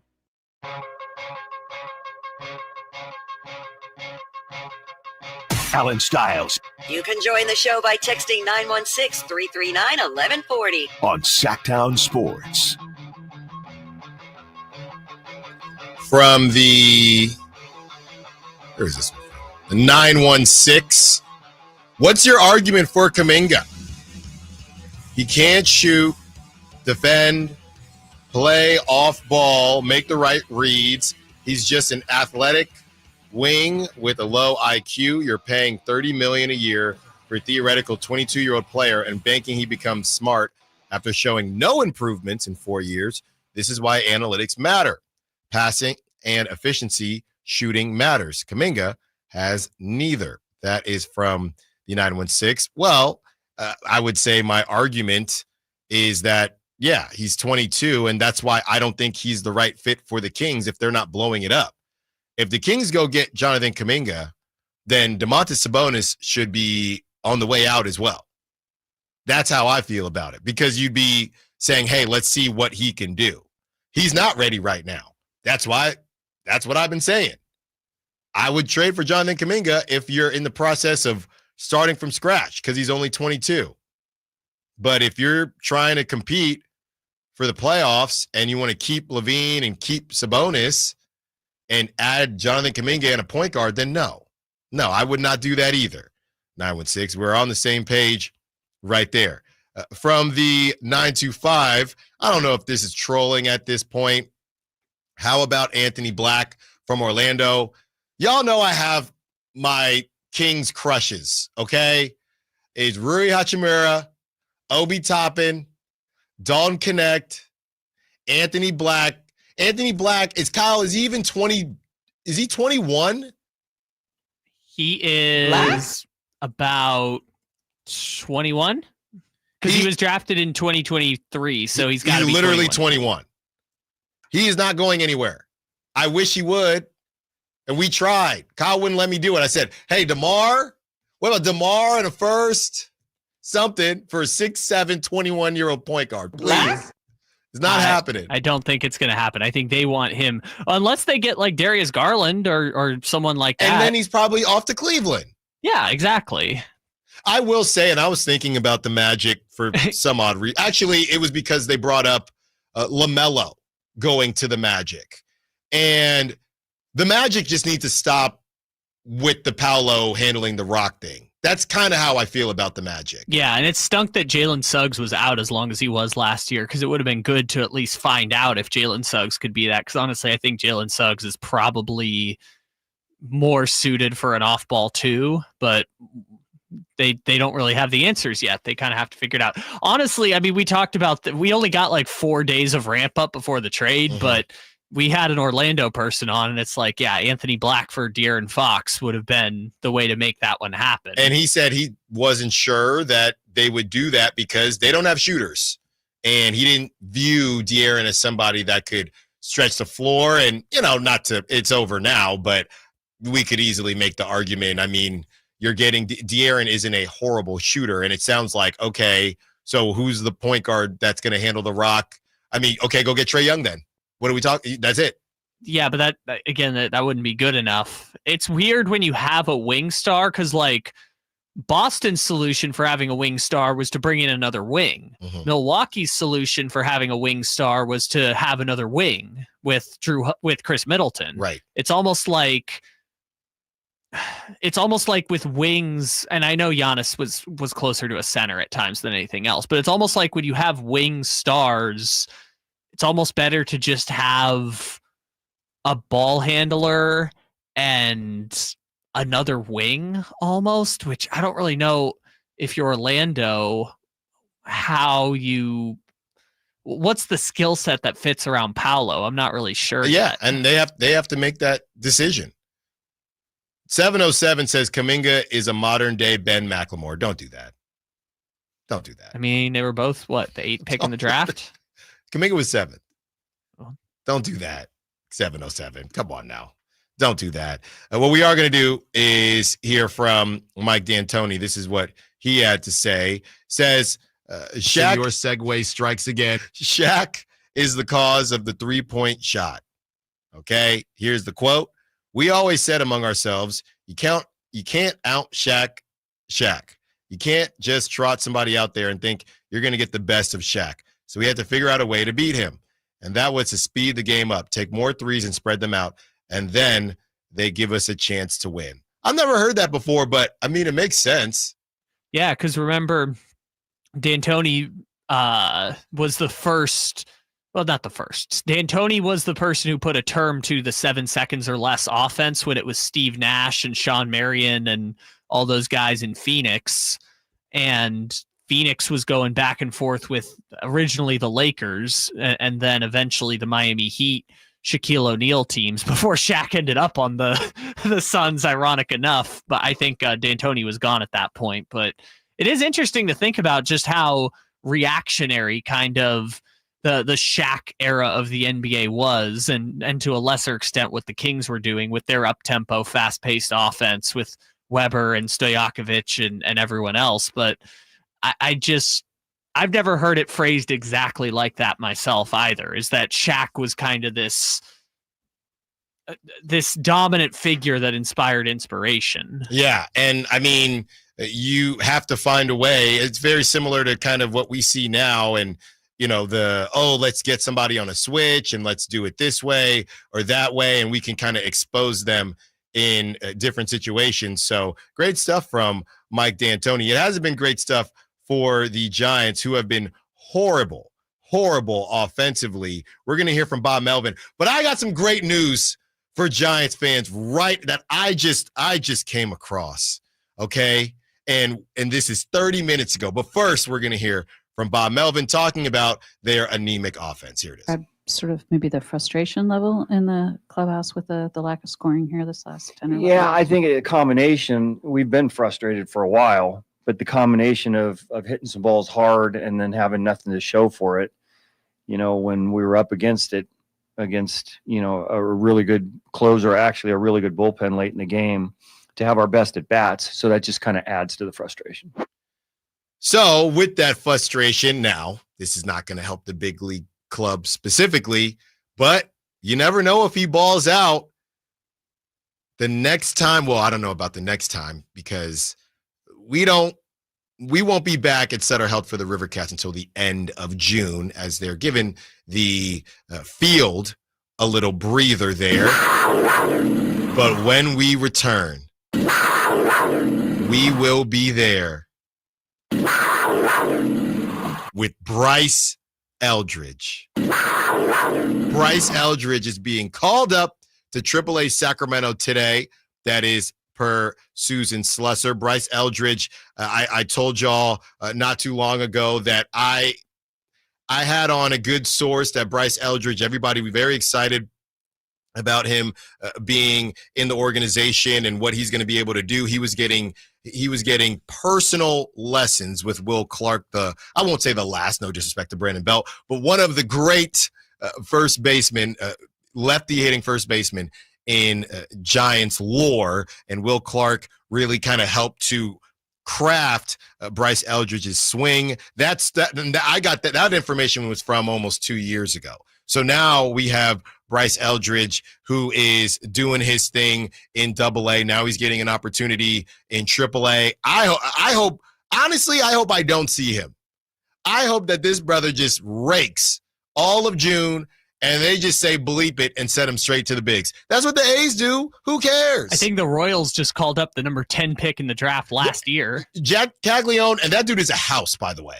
That dude is an absolute unit. Okay, now I understand. I'm like, what is a house? I've never heard that. You never heard that dude is a house? I have not. I've heard that guy is a unit. That dude is a mammoth. That dude is a beast. I've never heard house before. Well, what else could it be? He's a house. No, I figured now it out. We're back on this now that we're back on this millennial Gen Alpha stuff. Oh yeah, you trying to fight all of Gen Z, saying that we need to swim more laps in the pool.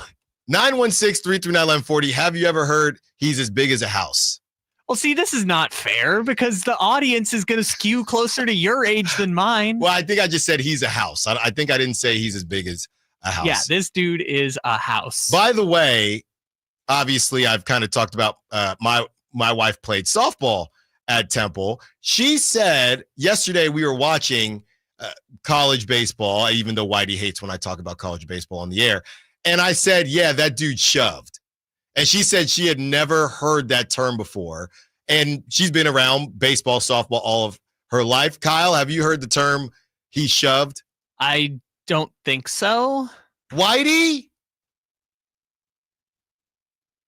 Sorry, my he said Thank yes. you. I'm just double checking here.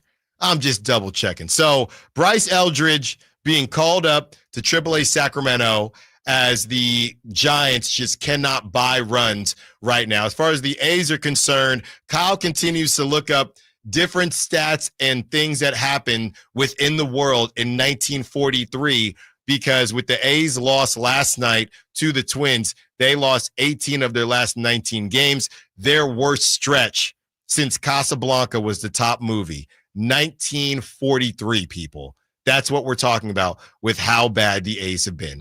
3 months after the last time the A's went 1-17 over an 18-game stretch, Jim Morrison was born.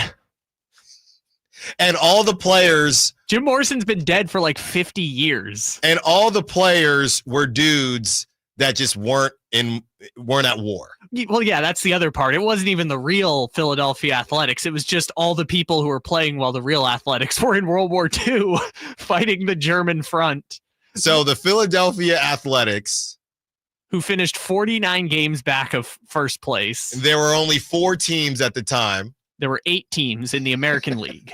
So there were 16 in total? There were 16 in total. Here, I still have the standings up. The 1943 American League standings. The Yankees won by 14 games, and they beat the Cardinals in the World Series.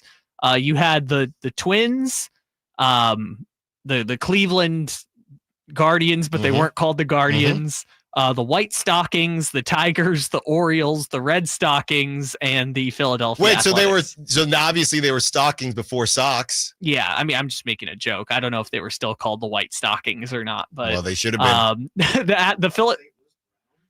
Whitey's saying, were they the St. Louis Browns? I think. Yeah, the Orioles were still the St. Louis Browns at that point. Whitey, just come in here. We'll talk to Whitey Gleason. The A's were 20 games back of any other team in the league other than the National League New York Giants, who were also last place that year. One more segment with you. Whitey Gleason joins us for some crosstalk. When we return, we close out the show. Hand the keys over to the drive guys. Allen Stiles, Sacktown Sports. Some people just know they could save hundreds on car insurance by checking Allstate first. Like you know to check the GPS directions first before driving to the mall. Turn right at the light. In 1,000 miles, you will reach Montreal. Not Montreal, the mall. Recalculating. 6,000 miles to Nepal. No, the mall. Checking first is smart. Recalculating. So check Allstate first for a quote that could save you hundreds. You're in good hands with Allstate. Savings vary. Subject to terms, conditions, and availability. Allstate Fire and Casualty Insurance Company and affiliates, Northbrook, Illinois. This is the story of the one. As a lineman, he does whatever it takes to keep the power on in his community. And he wants a partner like Grainger who does the same. Grainger offers the professional-grade products he needs, from voltage detectors to harnesses to hard hats, plus fast, dependable delivery, so he can rise to every challenge. Call 1-800-GRAINGER, click Grainger.com, or just stop by. Wesley Financial Group is not a law firm. Do you find yourself stuck in a timeshare? Get the real facts about the timeshare industry and your options for cancellation. Chuck McDowell, founder of Wesley Financial Group, has put together a free information guide that reveals the secrets the timeshare industry doesn't want you to know, including the 5 ways to get rid of your timeshare. Call now and get this timeshare cancellation guide absolutely free. Call 800-837-5050. That's 800-837-5050. 800-837-5050. When you stay in your home, what you love gets to stay too. From the gardens that grow wild to the grandkids that run wilder. From the Friday night baseball games to the Sunday morning brunches. Even the daily crosswords and weekly book clubs. There's room for it all with help from Home Instead, the largest in-home senior care network with over 30 years of trusted experience delivering the peace of mind you deserve. Visit Home Instead online for a better what's next. Finally, an easy way to find home improvement contractors. Just visit subcontractorsunited.com and simplify your search for home services professionals. From cabinets to windows, roofing to plumbing, Subcontractors United is an easy, simple way to find and hire a home improvement contractor. And you never have to give up personal information. So no harassing phone calls like you get from those other websites. Subcontractorsunited.com is sponsored by D&D Cabinets and Savage Design. Come check out Capital Casino, Sacramento's #1 poker room with the most variety of table games in the region in a safe and friendly environment. Plenty of well-lit parking available, conveniently located in downtown Sacramento. And remember, Capital Casino has the best food, the best service, and the best action. 411 North 16th Street in downtown Sacramento. For more information, log on to capital-casino.com, and please gamble responsibly. 1-800-GAMBLER.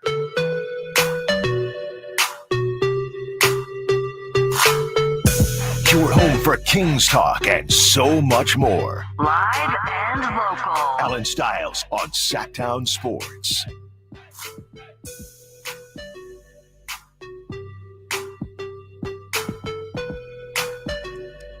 one more segment with you. Taking you up to 2 p.m. And already, you know how Whitey gets down. He just wants to be a contrarian to whatever I say. No, I don't. No, you there you go. So we were talking, Whitey, about Tibbs. Mm-hmm. And will you agree with me on this? Tibbs got canned because kids these days, they don't want to run liners. They don't want to work hard. That's the dumbest thing I've ever heard. Oh, and I listen to you every day. Wow. It gets silly. He also said they don't swim in the pool. Yeah. Like they made him. They don't want to work, man. Tibbs was stubborn. He was inflexible. He got out coached badly. You want him? What do you want him to do? Play Landry Shamet? Change things up a little bit when it's not Campaign? working. Throw a too big lineup at the Pacers. What finally happened when he started playing Landry Shamet? He actually started playing him a little bit. He made some shots. Campaign? He wears down his starters, and you look at what the Thunder and the Pacers are doing, and they're proving Tibbs' way is not the way to win a championship. But he was stubborn, and so he must go. Also not offensively innovative. They were just running the same 8 things over and over again. I'm just double checking here. That game 6 was like a high school team, the way the Pacers put pressure on the basketball, and the Knicks, it's like they didn't know what to do. They didn't make an adjustment. 3 New York Knicks are in the top 10 for minutes played per game. Josh Hart, OG Anunoby, and Mikal Bridges. Just 3. And Josh Hart wasn't very good.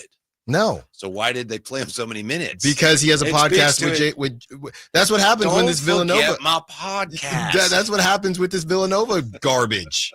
Don't forget my podcast. That's what happens with this Villanova garbage. In the top 20, you only add Brunson.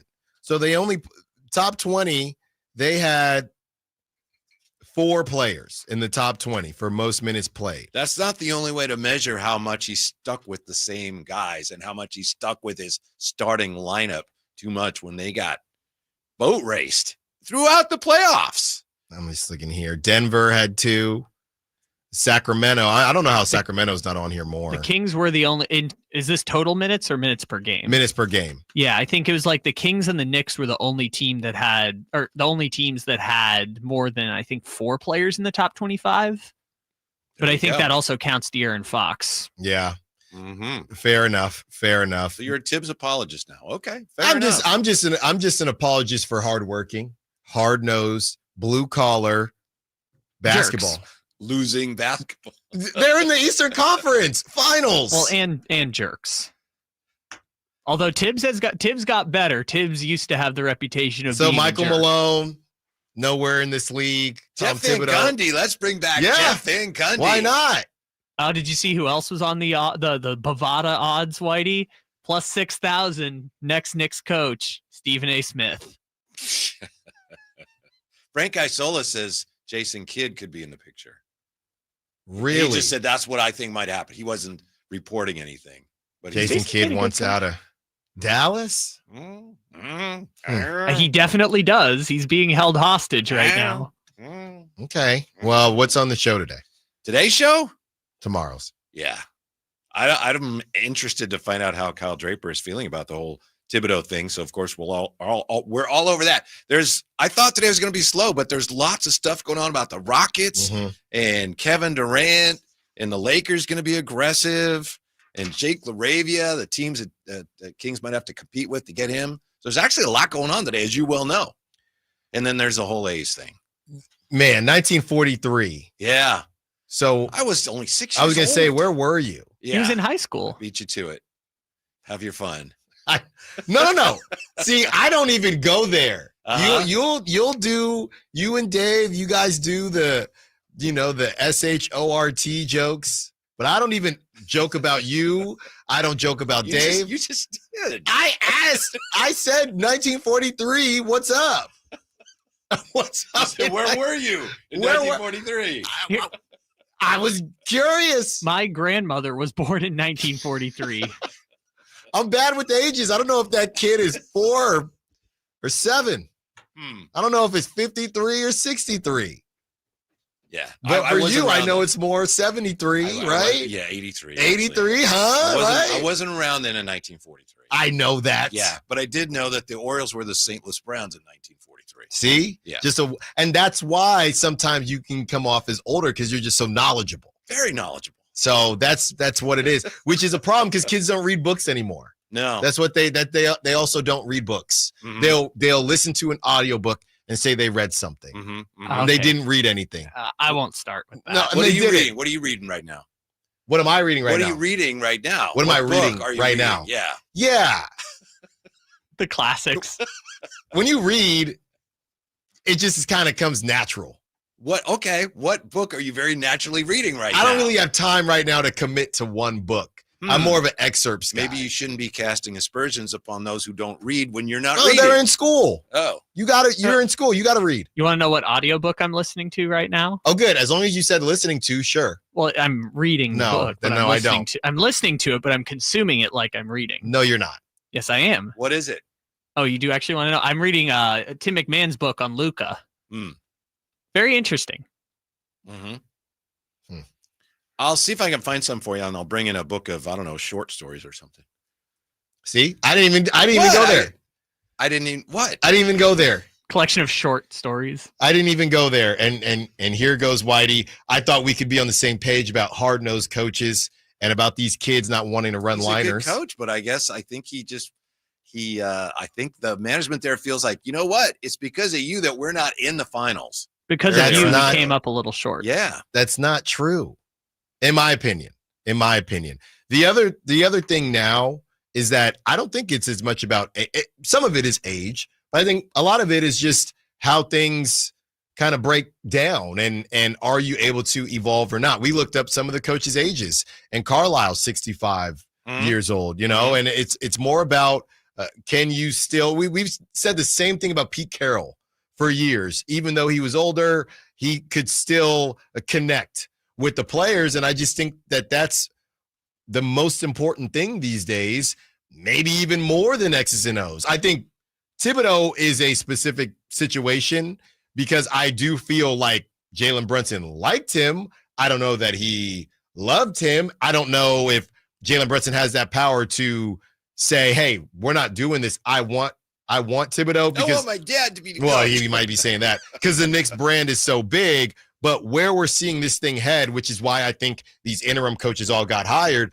is because, hey, we know that we're paying these guys so much money. We're going to hire someone that we already know they like. That's more important than let's do this extensive search that the player is not connected to at all and then bring the player in and hopefully they like them. You cannot run your operation like that anymore. Here's the thing, Alan. If you're the Knicks, you're very close. It looks like you're very close to winning a championship. Do you need to go out and get a veteran who has been through the playoff ringer? Or do you go like everybody else is going? Can you afford to bring in a young, fresh-faced kid who hasn't been a head coach before? Do you have that luxury? You look at the guys that are the finalists for the Suns job. Right. They're very, very young guys. And that's good what for them. That's what they said. That's the way it's trending now. Yes. But if you're the Knicks, can you afford to continue to follow that trend, or do you need to go get a veteran who has won a championship or at least been in the finals? Does nobody care? I need an answer from you, Alan. I would say the Knicks are probably going to try to fall, and I hate to do this, but they're going to try to fall in the middle.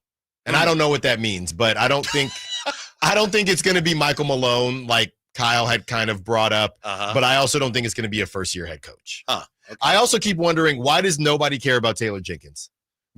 Did Taylor Jenkins actually coach the Grizzlies? Because it feels like he doesn't get talked. Nobody knows where he is.